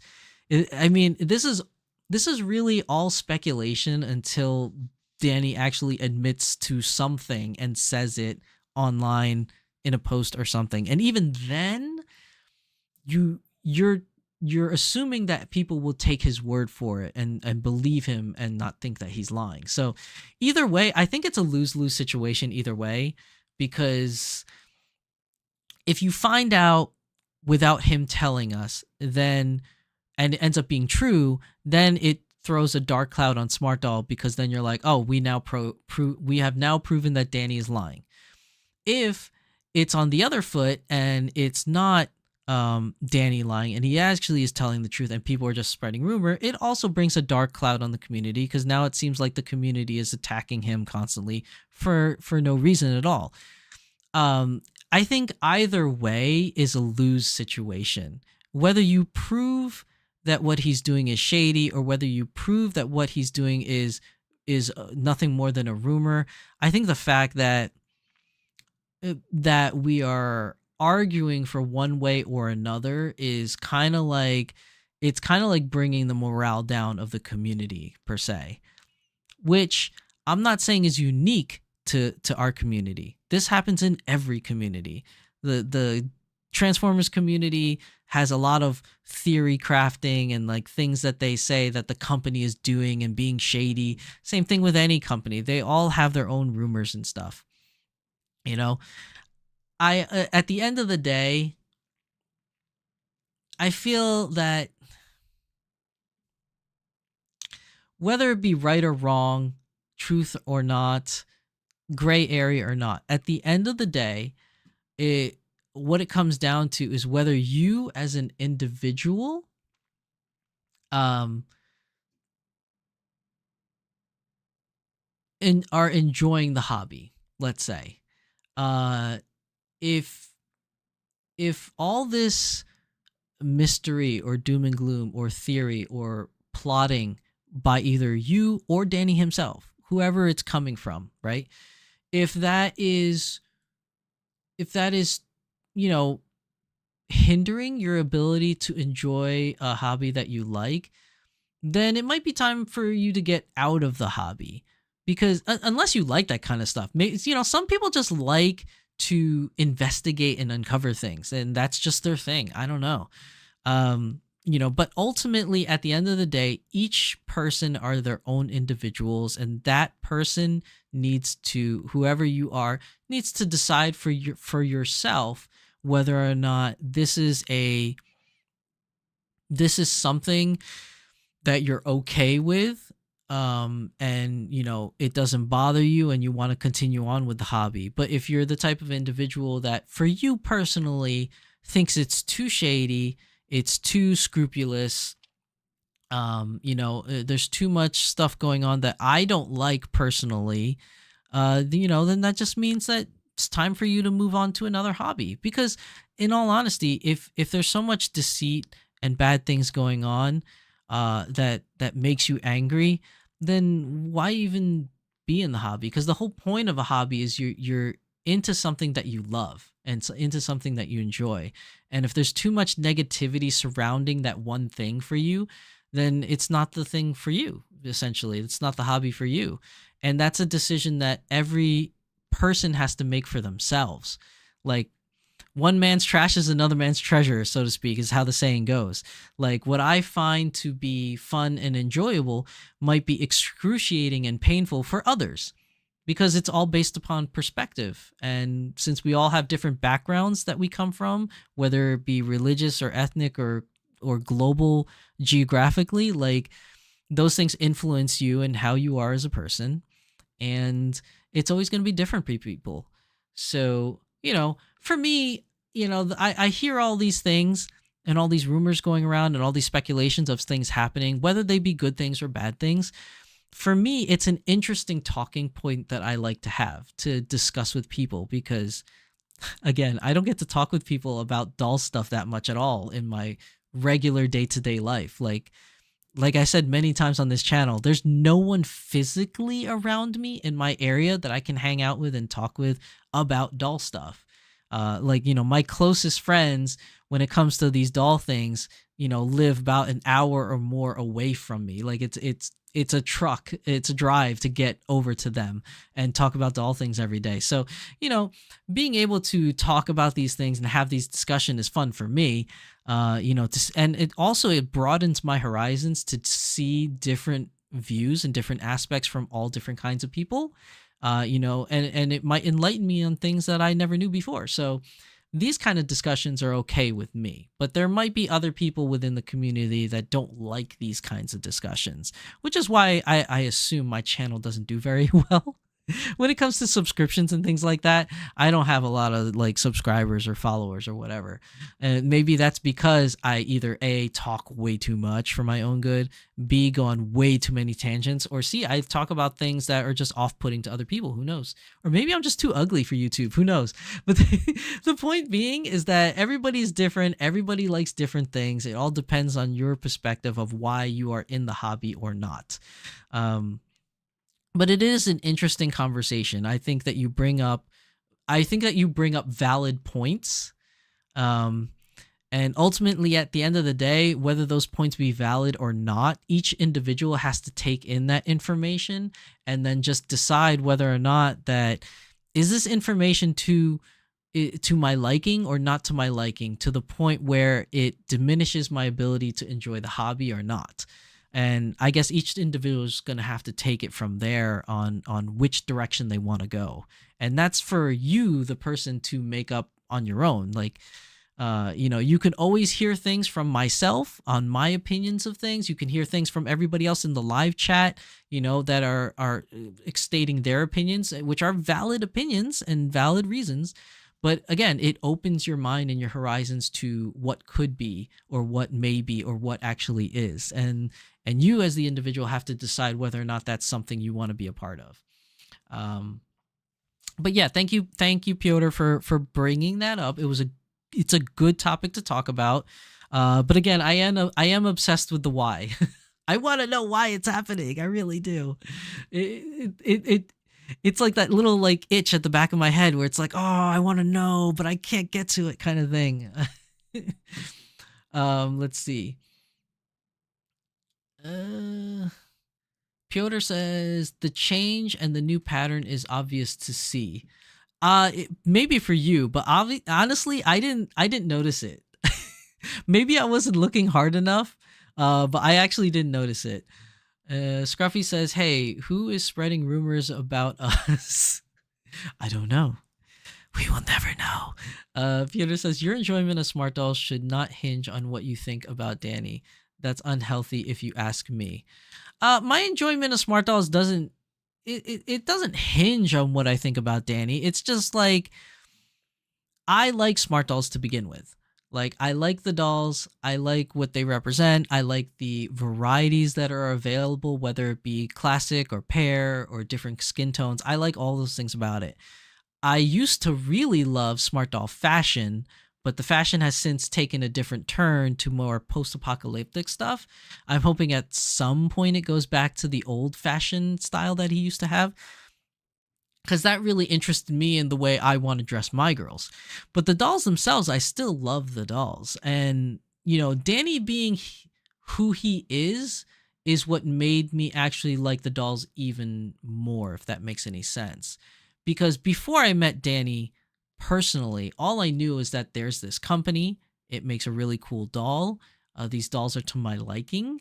And it's from an individual that is more social media prevalent than his competitors. So like Volks, Azone, they don't advertise as well or as much internationally as this one individual for Smart Doll does. So that initially grabbed my attention because the marketing was there. I like the marketing style. I like the dolls. I really resonate with the dolls. That was what really got me on the boat for Smart Doll. I like the product itself first. And then when I had the opportunity to meet the guy and like hang out with the guy and work with him on projects, for his company, I saw another side to the company. And part of that, is why I really enjoy Smart Doll. It's a combination of both. And I do admit it's a experience that is not just unique to me, because now that there's a lot more Smart Doll creators and influencers that have been working with the Smart Doll company. But I think that, all that combined has really gave me a certain viewpoint on the company and the individual behind it that I admit a lot of other people have not had the opportunity to have the same experiences that I do, or have or had. So that does influence my aspect and my outlook on how the Smart Doll company is. And I am still a firm believer in the product and the vision statement of what they're doing and the individual behind it. And if you want to call that fanboying, then sure. I'll admit to that. Why not? 100% stamp it on my forehead. Fanboy. I like Smart Doll stuff. But it also doesn't mean that I'm 100% all Smart Doll, no matter what the faults are. I mean, I still speak my mind and say, maybe, he shouldn't do that. Or maybe like how I said, I don't really dig the post-apocalyptic stuff anymore. It was cool when it first came out, but it's been running, I think, in my opinion, too long. And I think there needs to be a change in the outfit sets to kind of give it a new life in Smart Doll Land. Because right now it's just kind of been stagnant with a lot of like post-apocalyptic stuff. But, again, it's his company. He could take it in whatever direction he wants. And, as long as the product is still good and people still like it, they'll still buy it and follow it. But yeah, it regardless of what I think personally, at the end of the day, it's up to the individual, whoever that individual might be, to decide for themselves whether or not they want to continue on with Smart Doll or Dollfie Dream or the hobby in general. Some people get out of hobbies just because of the toxicity. It's like what's like that? Like Yu-Gi-Oh. Has anybody here in chat played Yu-Gi-Oh? I personally haven't, but my friends that are really, really big into Yu-Gi-Oh and they enjoy Yu-Gi-Oh, the cartoon and the card games, have stopped participating in anything Yu-Gi-Oh because the community was so toxic that they had to leave it because it was just so toxic. And, that might be for some people, in the doll community. There might be people in the doll community that still love these dolls and still like these things, but have since left the community because in their minds, maybe things got too toxic. So it's very different for each person, and it really depends on their perspective and what's happening in their lives, which will influence how they enjoy other things. I know that's not really the question that you posed or asked, but it's kind of like the tangent I went on. Sorry, being the tangent king, and y'all are part of my collegiate of tangents. We're going to take that ride from time to time. Let's see. Peter says, kind of like my enjoyment of X doesn't depend on what I think about Elon. That's true. That's true. I personally don't really like when it comes to Elon and X. I don't really care for Elon. I don't think one way or the other. I just don't care about him. Whether he's a good or a bad person, I just don't care. It doesn't bother me. I don't think about it. It's whatever. X, I just don't like. I don't like X. I think, and I don't like. It's not saying that I don't like X because of Elon, and it's not saying that I don't like X because I think the platform is bad. I actually think the platform is good. The way you do the likes, the shares, the retweets, I do like that. What I don't like about X, the thing that turns me off about X, is the fact that, one, the name is X. I really like that as Twitter. I think X is stupid. But two is the fact that there is so much bots, so much hate being spewed on X, and so much, like, at least for me, because I like anime and I like dolls, and because the algorithm sees anime and it sees dolls, it keeps sending me these recommendations for all these different pornography pictures of anime, like hentai and stuff, and I can't get it off my feed. It just keeps coming up. They're like, oh, because you like this doll, maybe you'll like sex dolls. So here's like a picture of sex dolls and sex companies. Or, hey, because you like anime and you like dolls, you'll probably like hentai. So here's some like hentai things that might be good for you. That is what's really off-putting on X. Like, I don't like the algorithm. It spits out things to me that I don't like, and then gets me in trouble because when I go scrolling through X and like this half-naked woman comes up, and then my wife looks over and she's like, "Why are you looking at that?" I'm like, "I'm not. It's just showing up on my feed." And she's like, "It's showing up on your feed because you're looking at porno." I'm just like, "I'm not. I'm looking up dolls and I'm looking up anime, and it just keeps throwing me this junk, and I don't want it." But again, that's between me and my therapist. I don't know. But like, yeah, I mean, that's another tangent. Sorry, tangent just went anywhere. Piotr says, not yours, just anyone's. I didn't mean you specifically. No, I know. I just went on my tangent like I always do. Marie Velez says, I've had concerns about Smart Doll Store and how the purchase process works for some time. I like the dolls very much, but Danny chose to consistently change products and in the process left behind the OG customer. At least when it comes to changing products, I remember him telling me one time before that he was saying something about Smart Doll, and if you do the same thing, and I'm paraphrasing here, I forgot the exact words he said, but he has said something along the lines, if you do the same thing over and over and over, you become stagnant. And the only way to grow is if you quote unquote evolve.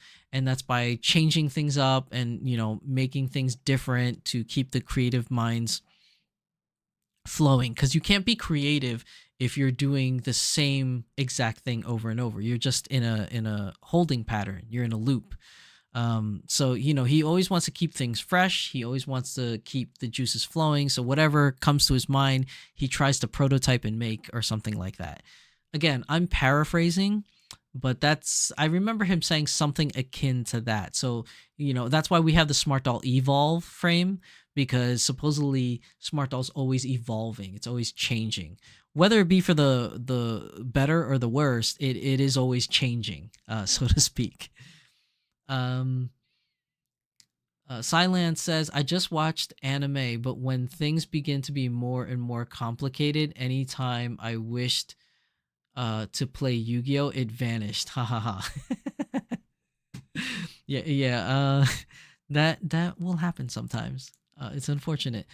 Piotr says, I'm glad you mentioned toxicity. It's pretty bad in Smart Doll. If you are not a fanboy, many people complain to me how they are afraid to speak their mind. Yeah, there is that. That is definitely something that a lot of people have mentioned, especially like the very first time it happened. I forgot exactly when it was. It was somewhere around 2017. An event happened, which I'm not going to talk about because it's already been discussed. But essentially, something happened in the Smart Doll community. And because that something happened, certain people were banned from buying Smart Doll. Now, you can make the argument whether or not that was a good decision or bad decision on Danny's part. Regardless of what you think, this is already passed years ago. But I think what came out of that incident was the fact that people that were not fanboys per se, but people that enjoyed the hobby, but not necessarily fanboys, they were afraid to speak their mind and say something because they were scared that if they said something that they would get banned from buying. So they just kind of kept quiet. Whether or not that's the right decision to do as a whole for the community, I can't make that judgment. And I can't make a judgment on their own personal taste. If that's how they felt was going to happen, then that's how they felt. I can't tell people how to feel. So if they felt that way, then they felt that way, and they have to act accordingly to how they felt and how personally they want to handle that.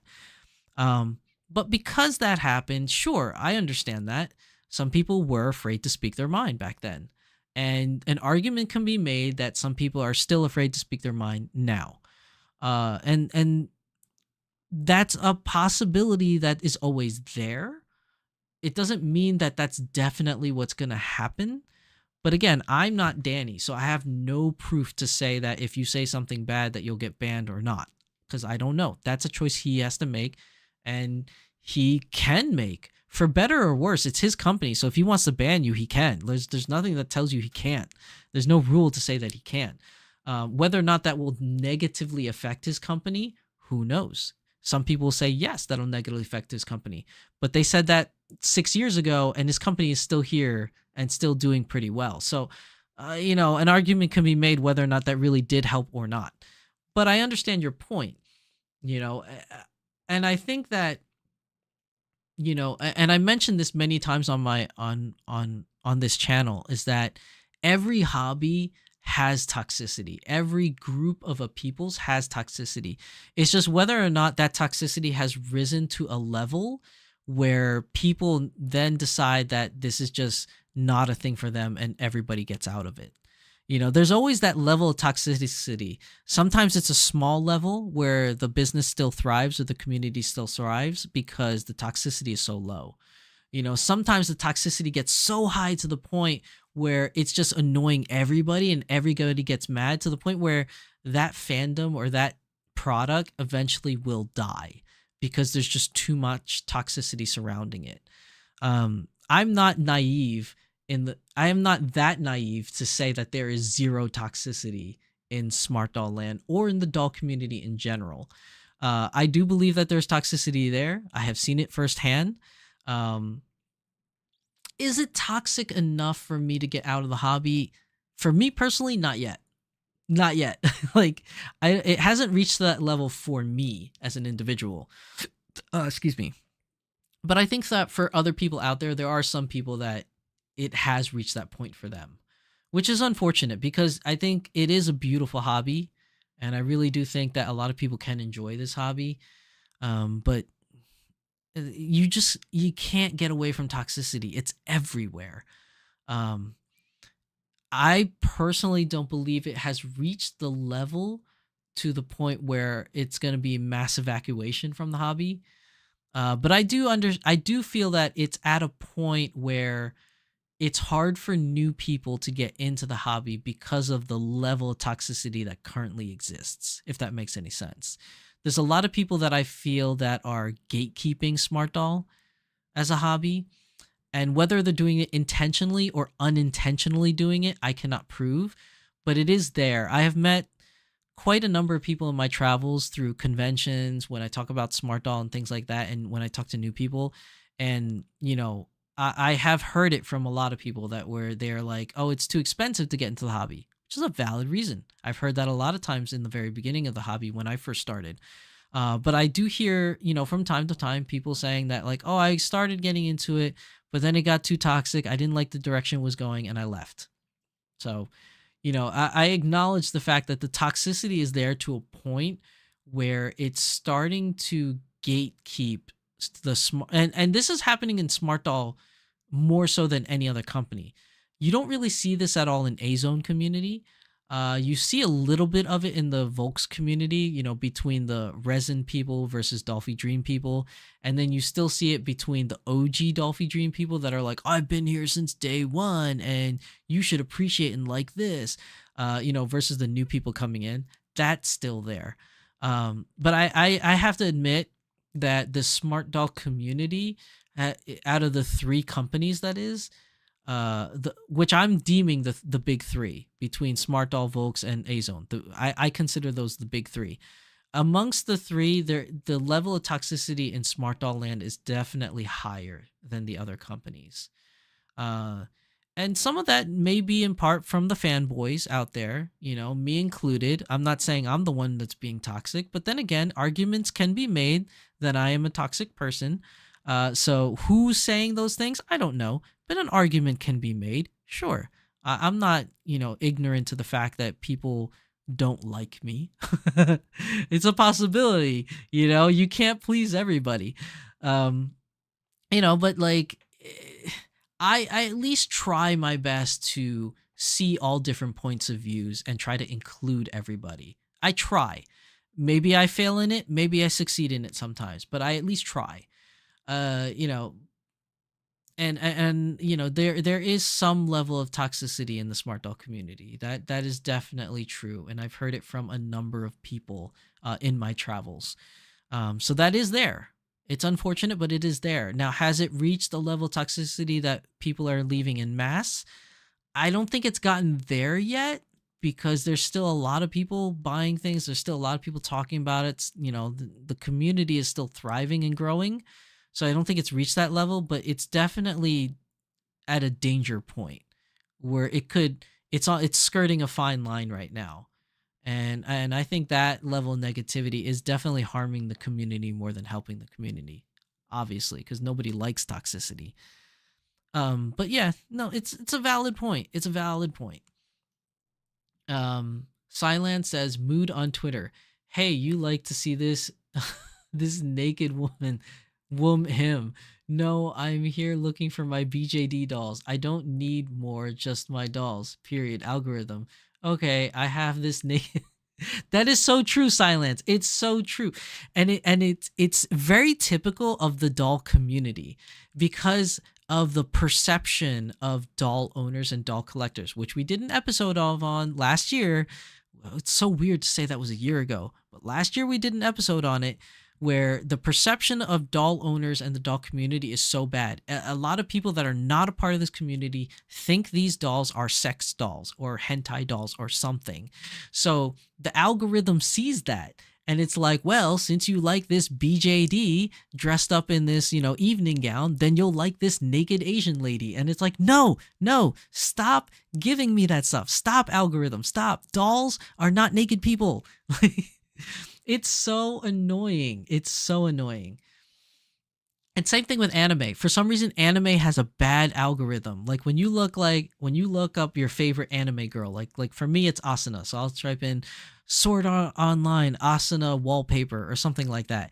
And then the algorithm will be like, oh, you like this cute girl. Well, here's some other cute girls you may like that just so happen to be not wearing any clothes.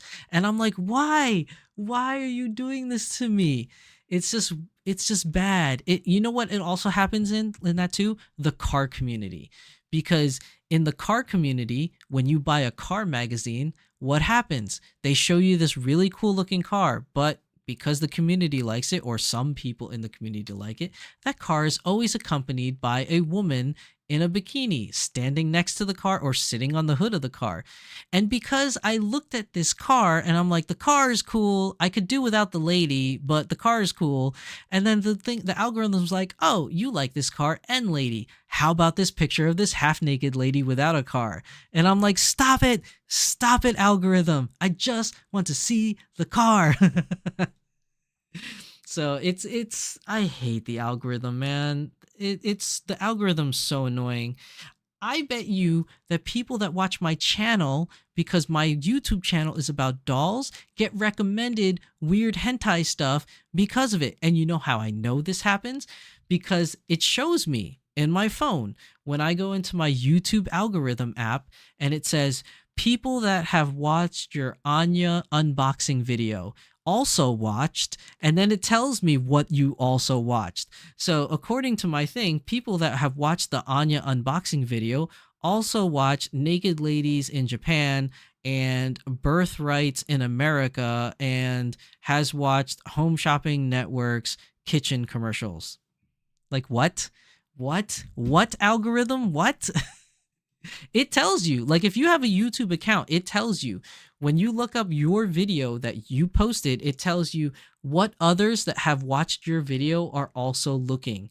And then it gives you recommendations. Your video is recommended after this video. Like, I remember it told me that like a pregnancy, it was like a pregnancy test video about whether it's the lies or the truth, also recommends your Doll Symposium episode 64. And I'm like, what? What does that have to do with the other? One doesn't have anything to do with the other. This algorithm sucks. Like, it's a terrible it's a terrible algorithm. Like, we are doomed as a doll community because there is this negative stigma about dolls and adults, that we are doomed that whenever you look up this, it thinks that you're into weird anime, hentai, or naked ladies, or porn, or something. Like, it just blows my mind how this algorithm works. It's so annoying. It's so annoying. But yeah, that's a thing. Sorry, I went on a big tangent. Mariveles says, Piotr, that's exactly my point I'm trying to say. I'm in a creative field, and there is one thing to create new products, and another thing is to be stubborn. Again, SMD is Danny's business, and he can do whatever he wants, but I have a limited fund for my doll hobby, and I choose to spend my money how I feel it makes me feel happy. Yeah, and that's fine. You need to do what makes you happy. And if Smart Doll is not offering the things that you like at this point in time, go somewhere else. Go get some Volks stuff, or some tea tree clothing, or some what's the other one called? The you something, not you tay, but whatever. Get some things somewhere else, and then if Smart Doll just so happens to release something that you really like that attracts your attention, you go back to Smart Doll and get some stuff.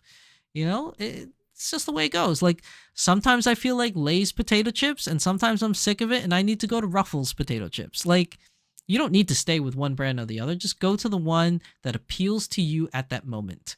And if it just so happens that at this moment Smart Doll doesn't appeal to you, then just drop it. Go somewhere else, to something else that appeals to you, and maybe Smart Doll will bring something back that you really like.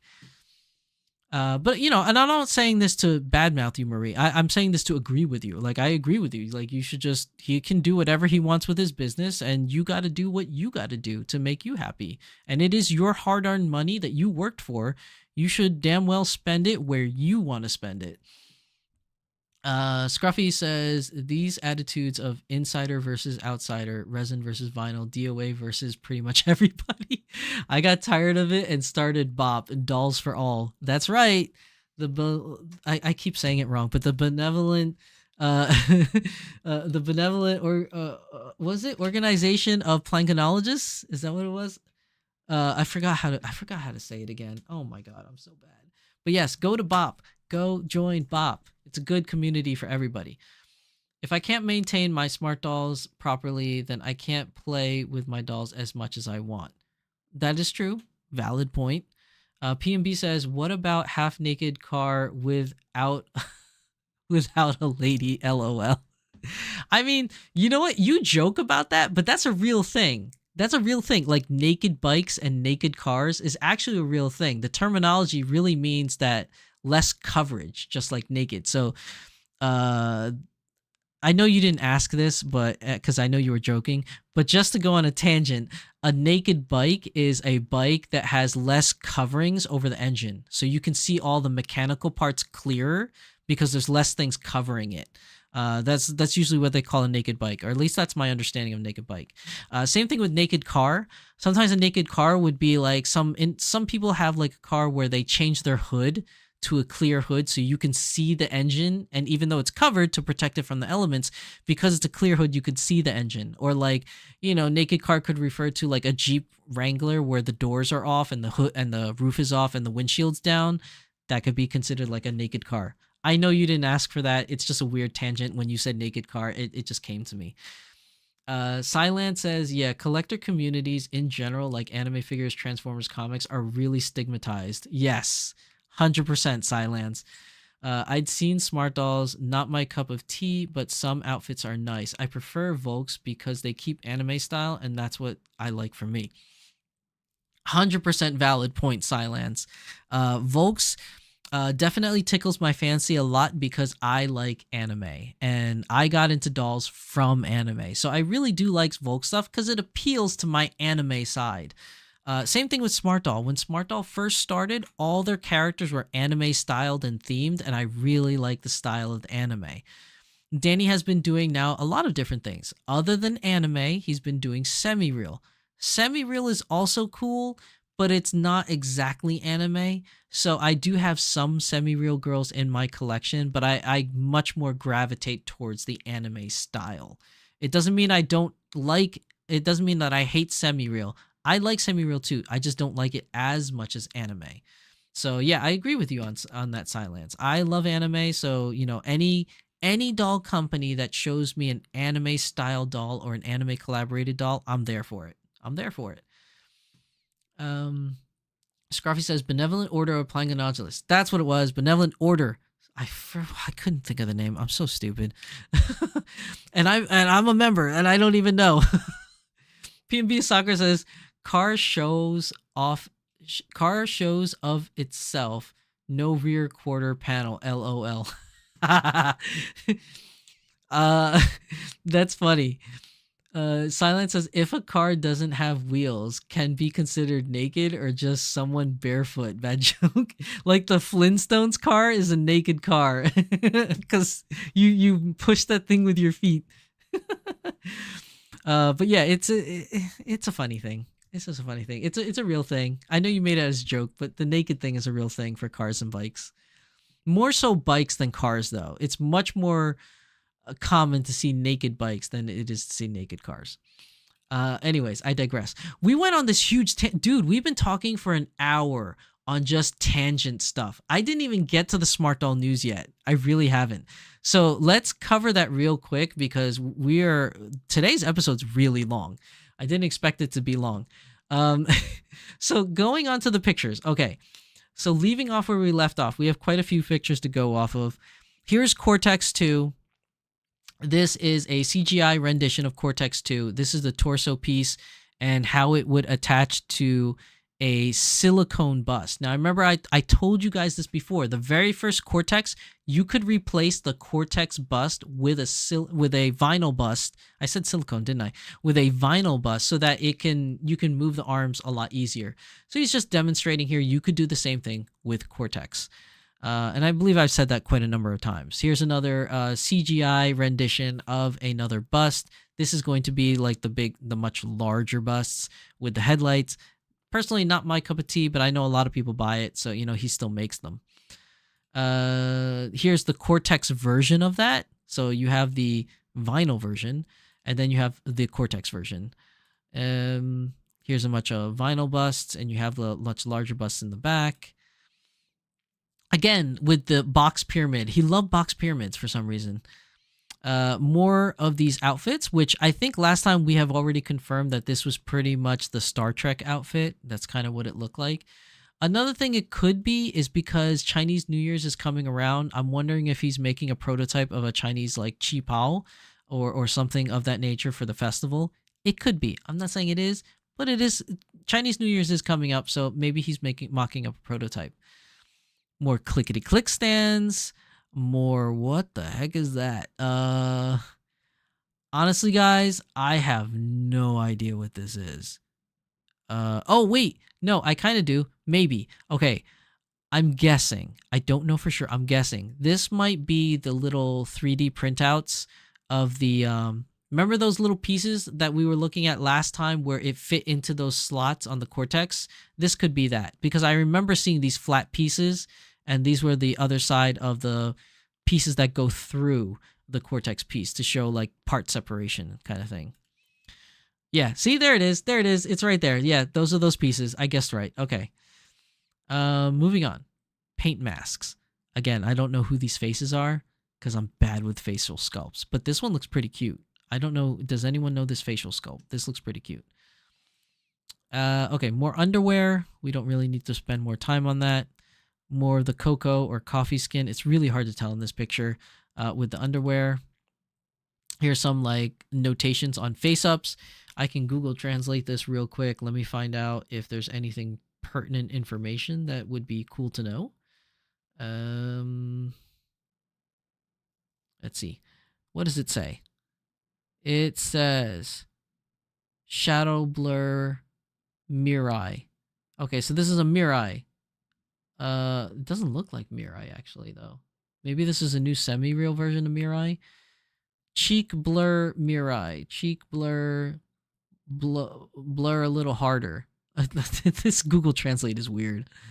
With cheek shading on the bridge of the nose, lip shading, light color Mirai lip shading. Yeah, so this is a Mirai. Or maybe they're saying Mirai is in future. Like this could be future or it could be Mirai because those two girls actually do exist. Those two separate girls. I don't know. Either way, this is a face-up picture on how they want to mark up the face. Okay, really cool. Purple eyes. You guys know I love purple eyes. No, what happened? I pressed the wrong button. So sorry. Okay, and then we got box pyramid again. I really one of these days I'm gonna have to ask Danny, like, what's with the box pyramids? Like, you guys are obsessed with box pyramids. More of those pieces. These are those little pieces for part separation for color. Ooh, look at this rainbow color. That's actually pretty cool. I like that. This is a rainbow color. Okay, these are aprons. I don't know what this is. A dress? I'm assuming it's a dress. Like, this is the top. These are the hips, right? This is the thing. I don't know what this is. I'm assuming it's a dress. Okay. More face-up stuff. Oh, this looks a little freaky the way it is. I'm sure it's not complete yet, but it just looks a little weird with, like, this, like, red, blood red eye bag thing going on here. Oh my god, I keep hitting the wrong button. Okay. Alright, so we got medium smooth busts in... Which one is this? T. In T. I'm sorry. I know you guys could probably read this easier on your screen, but because I'm using multiple screens to do my stream and everything, the picture is a lot smaller for me, so I can't read the thing. I have to expand the photo to read it. Medium smooth, and this is what? Coffee? What is this? Medium smooth. I'm assuming this is cocoa, actually. It doesn't say. Even when I enlarge the picture, it doesn't say. It looks like cocoa to me, though. Okay, here's the hands again, more hand parts. It was brought to my attention at the last stream that this is actually a picture of the hands and it's not actually pocket hands on top of smart doll hands. Okay, sure. I mean, I have no way to refute that. It looks like it's two separate hands, but I'm told that it's not. So thank you for the correction. I forgot who said it. It might have been Tempest, actually. More pictures of the hands. Just pictures of the... body in storage, some red pieces, maybe Star Trek, could be the red uniform for officers. Cool. We have courage. I assume is courage. Although, let me see. Liberty is in cocoa, right? Courage is in T, and Valiant is in semi-real. If I'm not mistaken, this is Coffee, right? Coffee doesn't have a name yet. Ooh, who is this gonna be? Okay, so the really cool teal long wave wigs, which I really think are beautiful. I just don't know how to maintain it. I don't know how to take care of it. You have the beautiful darker, I forgot what they call this, the brown wig, but the dark brown wig. Straight dark brown wig. Teal eyes. These look like teal. Very cool. Head caps. More of these smart doll head caps. The cyber head caps. More pictures of the hands. Some shells, more pictures of just smart doll land, of just the shells and packing. Oh, what's this? Okay, so these are the parts that go into the cortex. I'm going to see if I could translate this too. What does this say? Okay, let me see. What does that say? Oh no, Google won't translate. Oh wait, it says fuselage right 1. Well, it's a doll, so it doesn't have fuselage, but I'm assuming that's the torso. Right side of the torso, which I'm assuming is the fuselage. It's probably a Google Translate error. Android, what is this? Is this sound dampening mat? Like, oh no, this is Android. This is the printing of Android for the Detroit Become Human cosplay. I guess they're testing out like the printing on fabric of how it would look on fabric. More peach body stuff.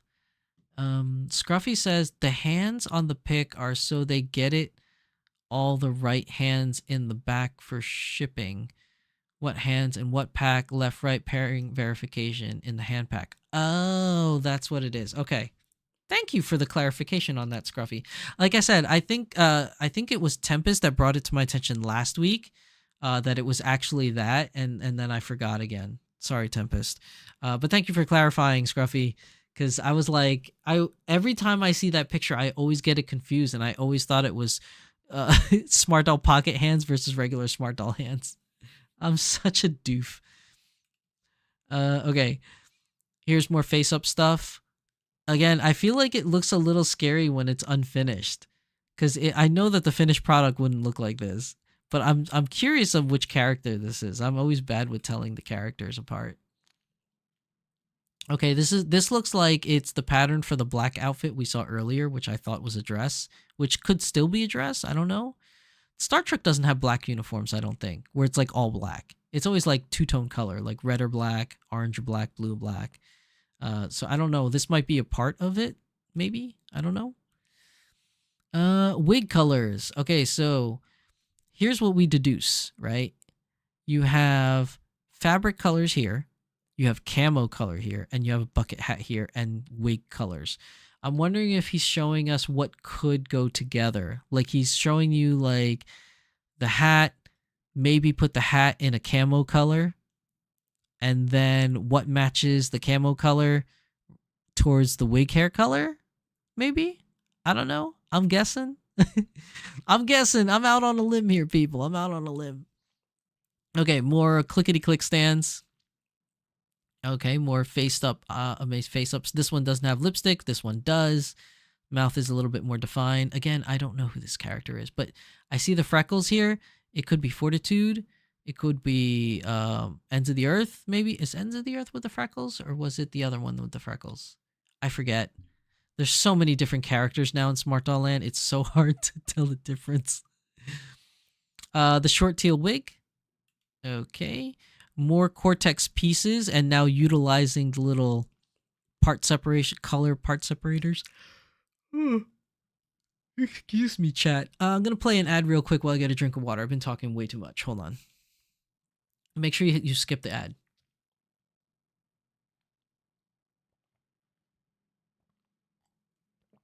Oh my gosh. Okay. So I still really think this whole part separator thing is such a cool thing that he added to Cortex. It's such a small thing, but it makes a big difference. And I really like how someone, whether it's him himself or someone on his team, gave him this idea through probably building Gundam model kits, because Gundam model kits do the same exact thing. Okay, more of the Android stuff. Oh, Kara, he's making Kara. The character is one of the characters in Android in Detroit Become Human is Kara. Okay. More shell pieces for Galactic Gray. Okay, some more face-ups here. Some more face-ups. This could be Against All Odds too, because I think Against All Odds has like the freckles in there. But it doesn't have the little chip in the eyebrow, so I don't think it's that. Okay, some more Galactic Gray pieces. They're just cutting the shell. This looks like it's those like clicker things to count how many of something that they have. So it looks like they're just counting items in storage, I suppose. Okay, so this is really interesting. This is either a customer's order. It's possible that they're just showing a customer's order, because they do that from time to time. They show us customers' orders.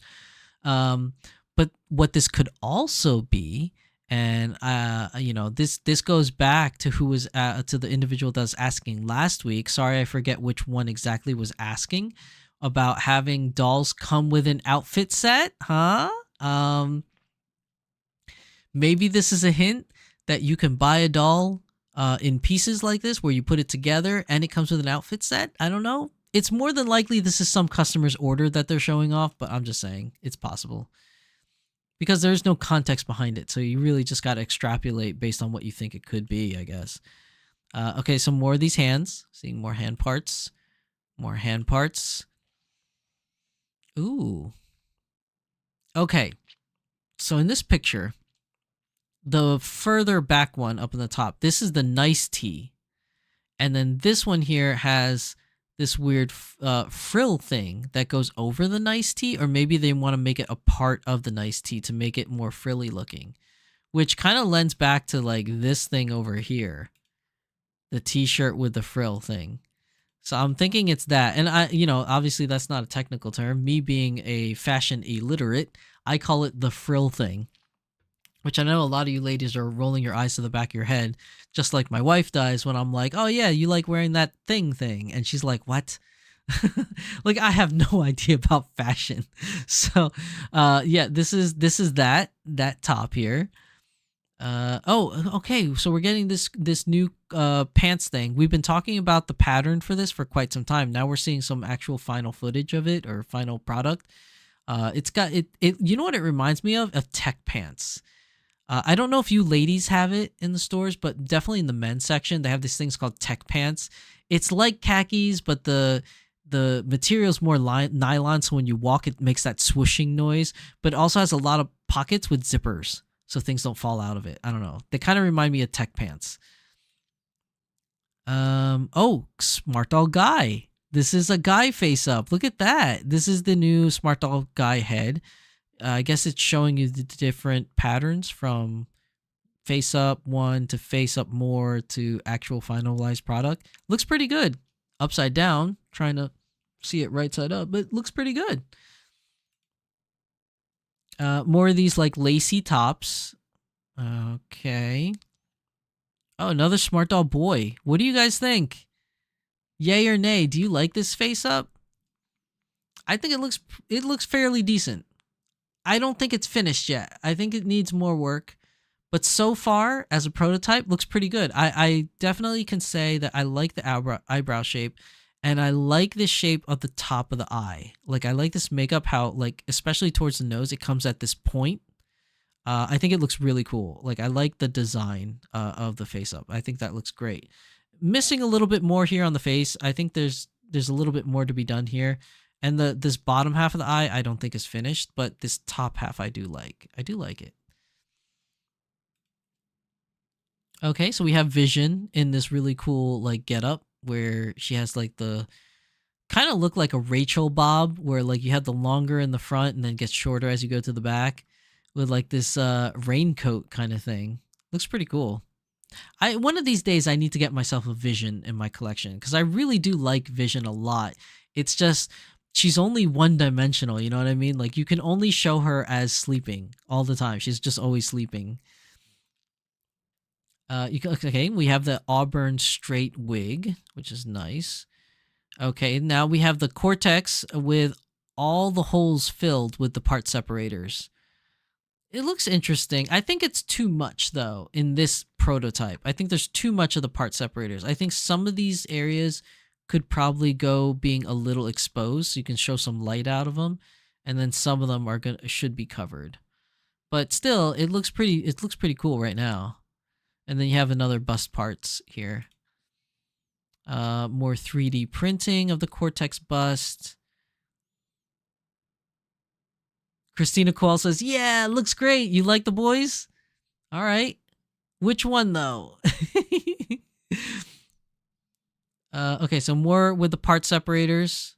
Looks really, really cool. I like the purple. You guys know me by now. I love the purple. You throw some purple in there, I love it. Okay, so some black navy hands. We got some more Smart Doll shell pieces. Some more eyes. We got the blue eyes for semi-real. That's wild looking. So we have some black navy torso, but the thing I say is wild is look at the inside of how reflective it is on the inner side of the vinyl. That's so wild. You could see the light. Look, this is the camera lighting. There's the camera right there, and there's someone else standing off to the side.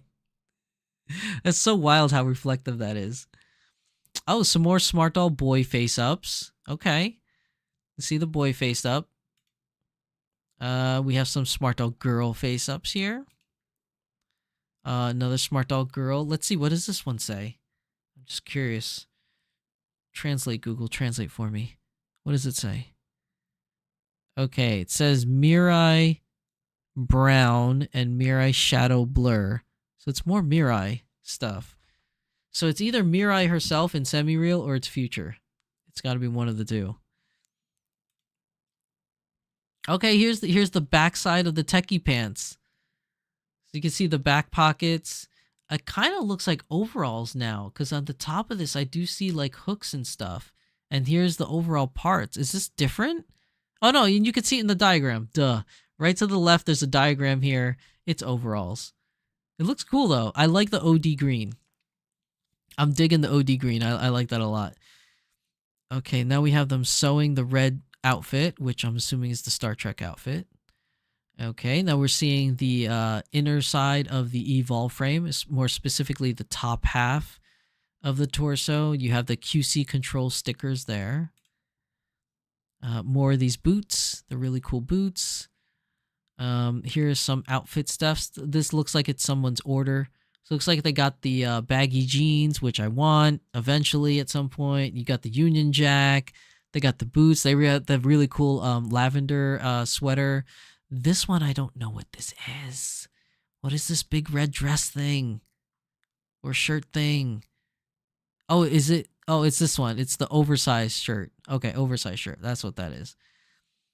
Oh, Smart Doll White. Is this like...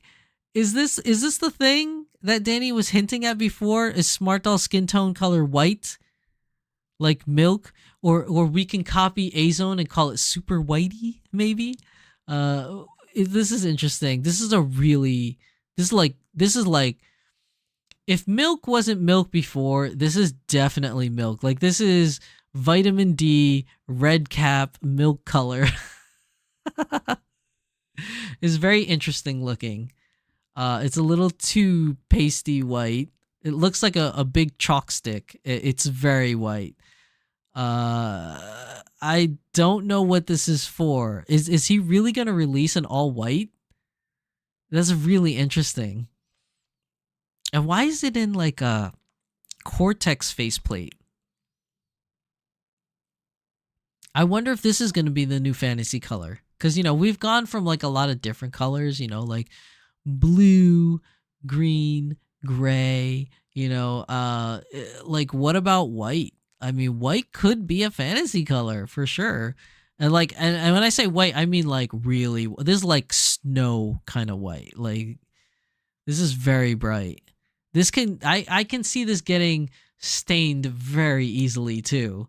Like I feel like this is going to be a stain monster, the way this looks. Okay, so this is some more cotton fabrics. It's more like string. I wonder what these are going to be for.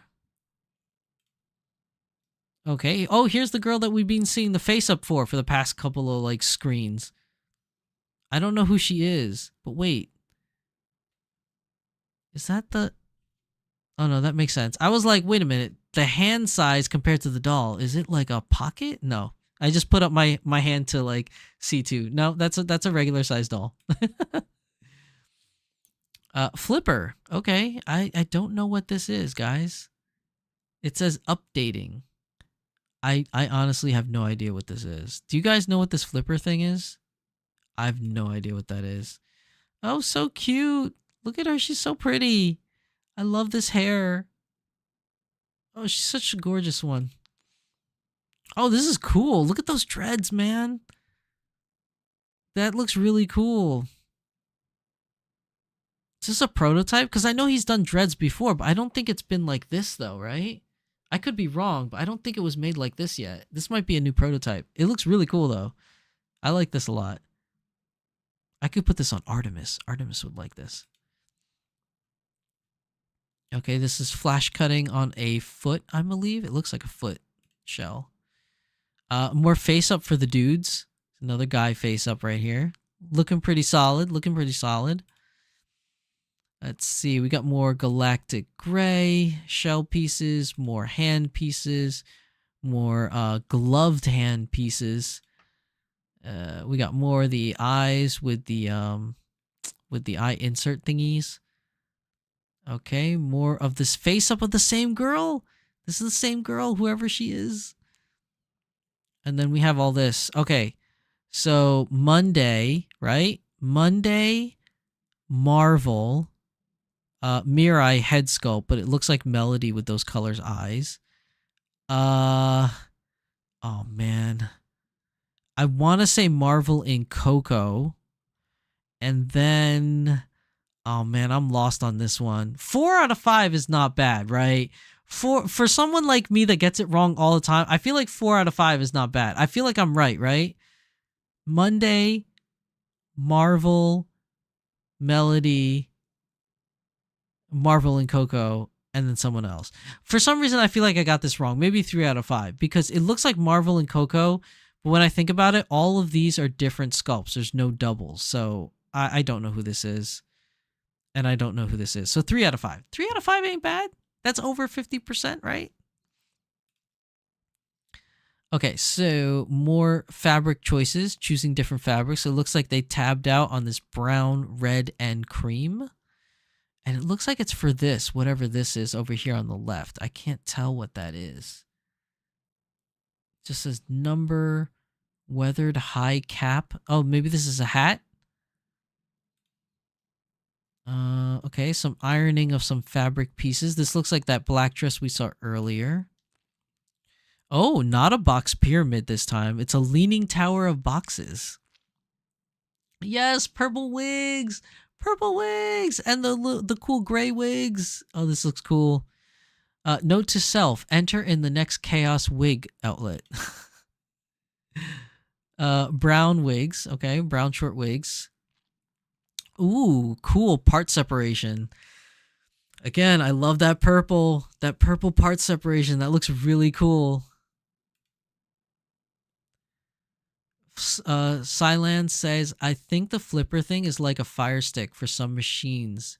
Maybe the printer they use for the pieces. Oh, that's a good point. It could be. I'm not that technological savvy, so I'll take your word for it because I have no idea what that thing was. More prototypes of the printing of the names onto fabric. Okay, so more of these eye stuff. More shell pieces. The red wine belts.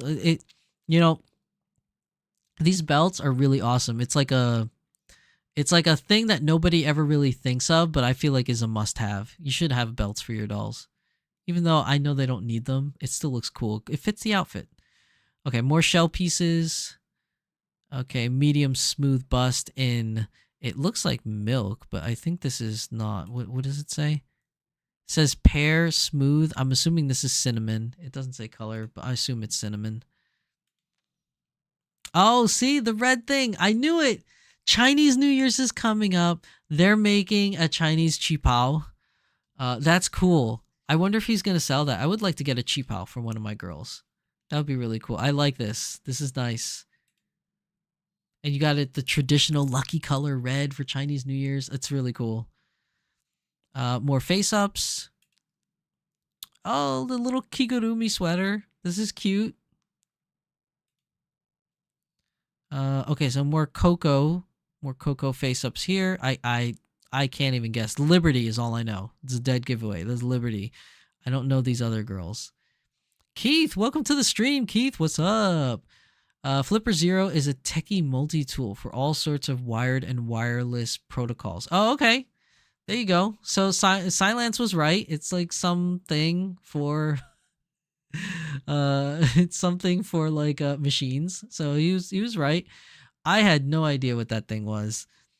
For all I know, it could be like an MP3 player. I had no idea what that thing was. Oh no, I lost my place. Hold on, wait, where'd it go? No, I pressed the wrong button. I'm like so far behind. Part separators. I was just talking about that. It was the here we go. Coco Girls. How much for them do we got? Oh, we got a lot to go. Coco Girls. Okay. Moving on. All right. Looks like he's choosing different materials for the tank top for different. Maybe because spring is coming up, so he's pointing to this green. That would be a really cool color for spring. But he's also got check marks on this beige and this gray, which is also really cool. I actually need to get me more of these tops. I only have 2 of them. I could use other colors in my collection. Okay, more flash cutting here. Okay, some more galactic gray shell pieces, some rendering of the Cortex bust with the little part separator pieces, the color separations. Very cool, very cool.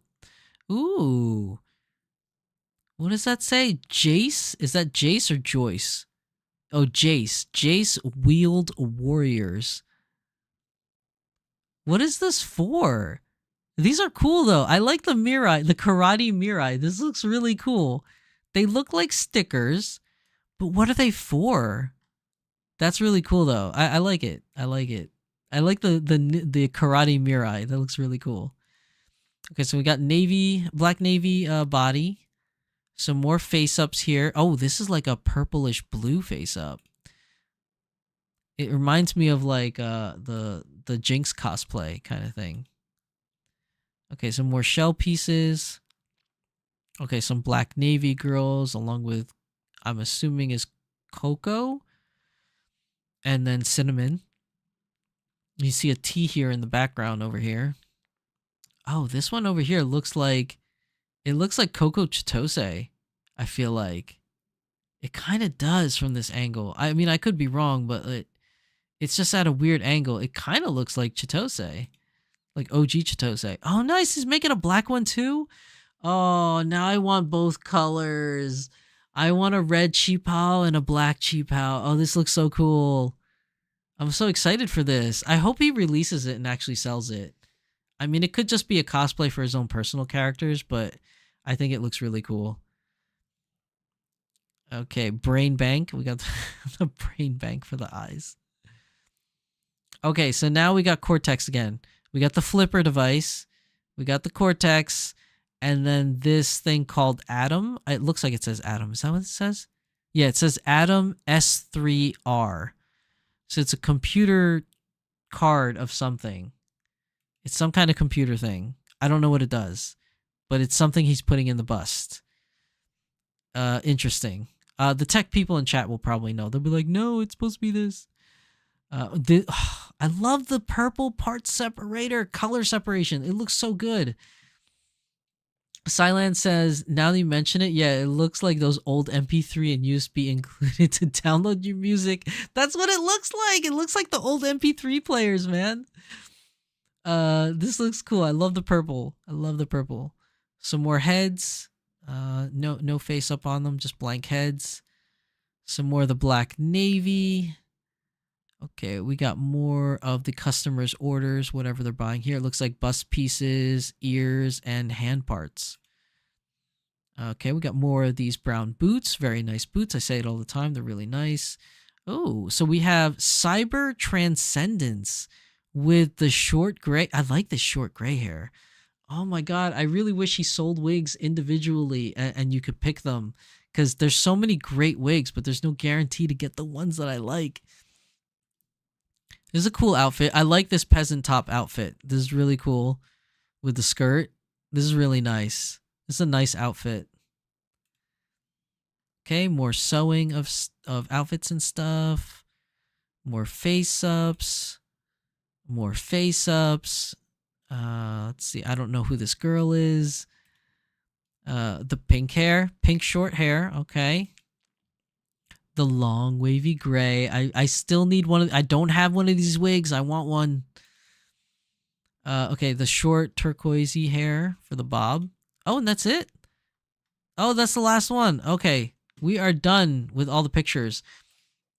I think from everything we've seen in these pictures, the big takeaway for me is the outfits. Like this outfit looks really good.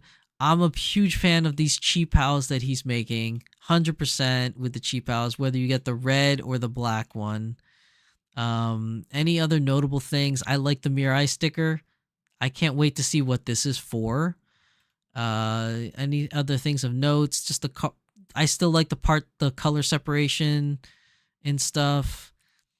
The MP3 player, the milk white body, which I really want to know the story behind that.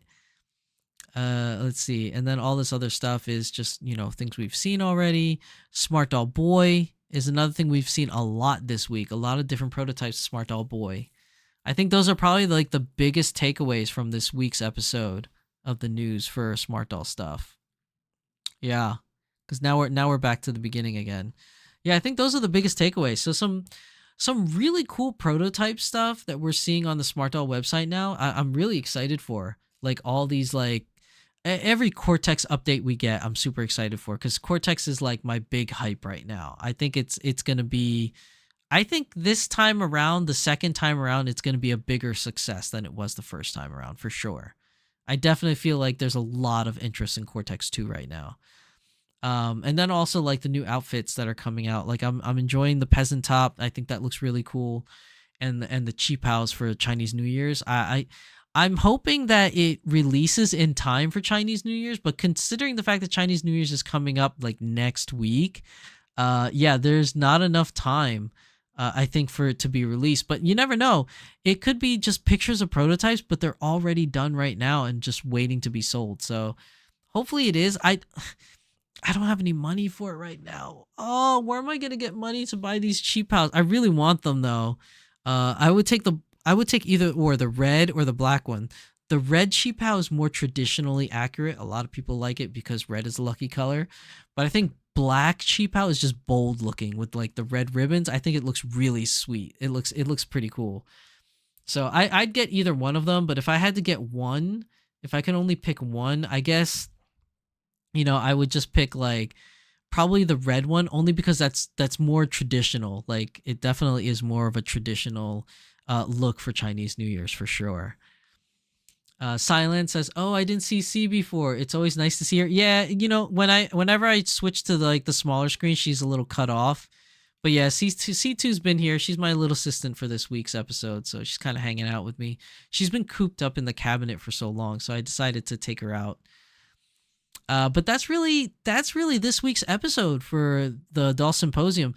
Today's episode was a really long episode, guys. I apologize for it being so long, but we went on a huge tangent talking about, like, inventories and FOMOs and the numbers on the website. But for what it's worth, I think it was a good discussion. And I think it was like, we definitely explored different sides of what could or could not be, or what actually is, and what we believe, and all this other kind of stuff. I think it was a good food for thought discussion. I don't think that you should take anything negative out of it. I just think, like, being able to see different points of view and different perspectives is always beneficial for you, especially when you want to make a decision on what you want to buy or what you want to do in this hobby. So, take it for what you will. Everyone's always going to have a different opinion, whether it be the popular opinion or not. Just make sure you make the right decision for you, and don't jump on the bandwagon of what somebody else is saying. You can always agree and say, oh, I believe, maybe this person's right, or I can understand where they're going from.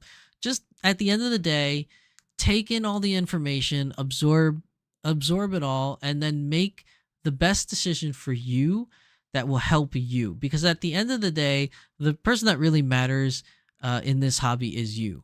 Because if you're not happy with how you're feeling with the hobby, then it's only going to go downhill from there. So you got to do what makes you happy. So if taking in all that information has brought you down or brought you up, or you're just indifferent, just make up your own decision based upon the different aspects that you have been exposed to, so to speak.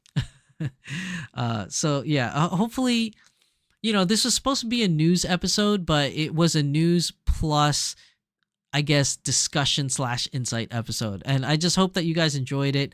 I know it was a much longer episode than you guys are used to, especially for a news week. But I think we had a good, healthy discussion, and I enjoyed talking with all of you about your different views on the topic. So it was a lot of fun. It was really cool. So thank you everybody for coming to this week's episode. Remember, next week there's no live stream. I'm going to be starting the every other week live stream. So next week there's no live stream, and we'll come back for another Doll Symposium on February the 7th, I think I said it was. Yeah, February 7th. We'll be back for another episode of the Doll Symposium. So don't log on next week. There's no stream, at least for me. You can log on and do whatever it is you want anywhere else, but there's no live stream next Friday, okay? So thanks everybody for coming to today's episode 78 of the Doll Symposium. As always, I am your host, Shizusan, and my beautiful assistant with me today is the very lovely C2. So thank you everybody for coming. Hopefully you guys will have a great weekend, and I will see you in 2 weeks for the next Doll Symposium. So take care, everybody. That's it from me. Bye-bye.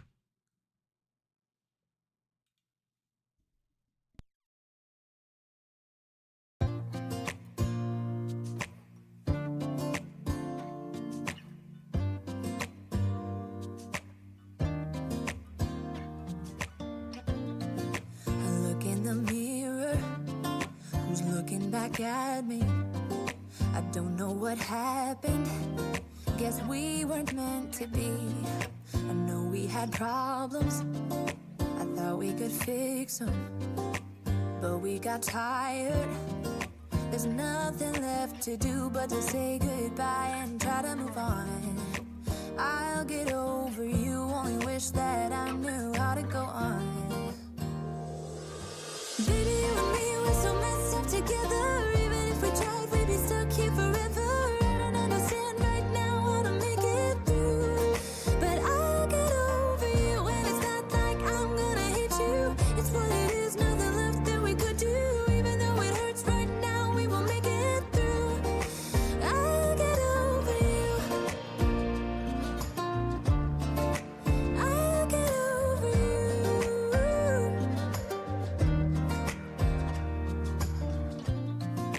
Back when I met you, we were like fireworks. Thought nothing could break us, but oh how we got burned. Look at us now, we scream, we fight, and no one knows the reason. We're both getting out of line. Now say goodbye and try to move on. I'll get over you, only wish that I knew how to go on. Baby, you and me, we're so messed up together. Even if we tried, we'd be stuck here forever. I don't understand right now how to make it through, but I'll get over you, and it's not like I'm gonna hate you. It's what it is, nothing left that we could do. Even though it hurts right now, we will make it through. I'll get over you. I'll get over you.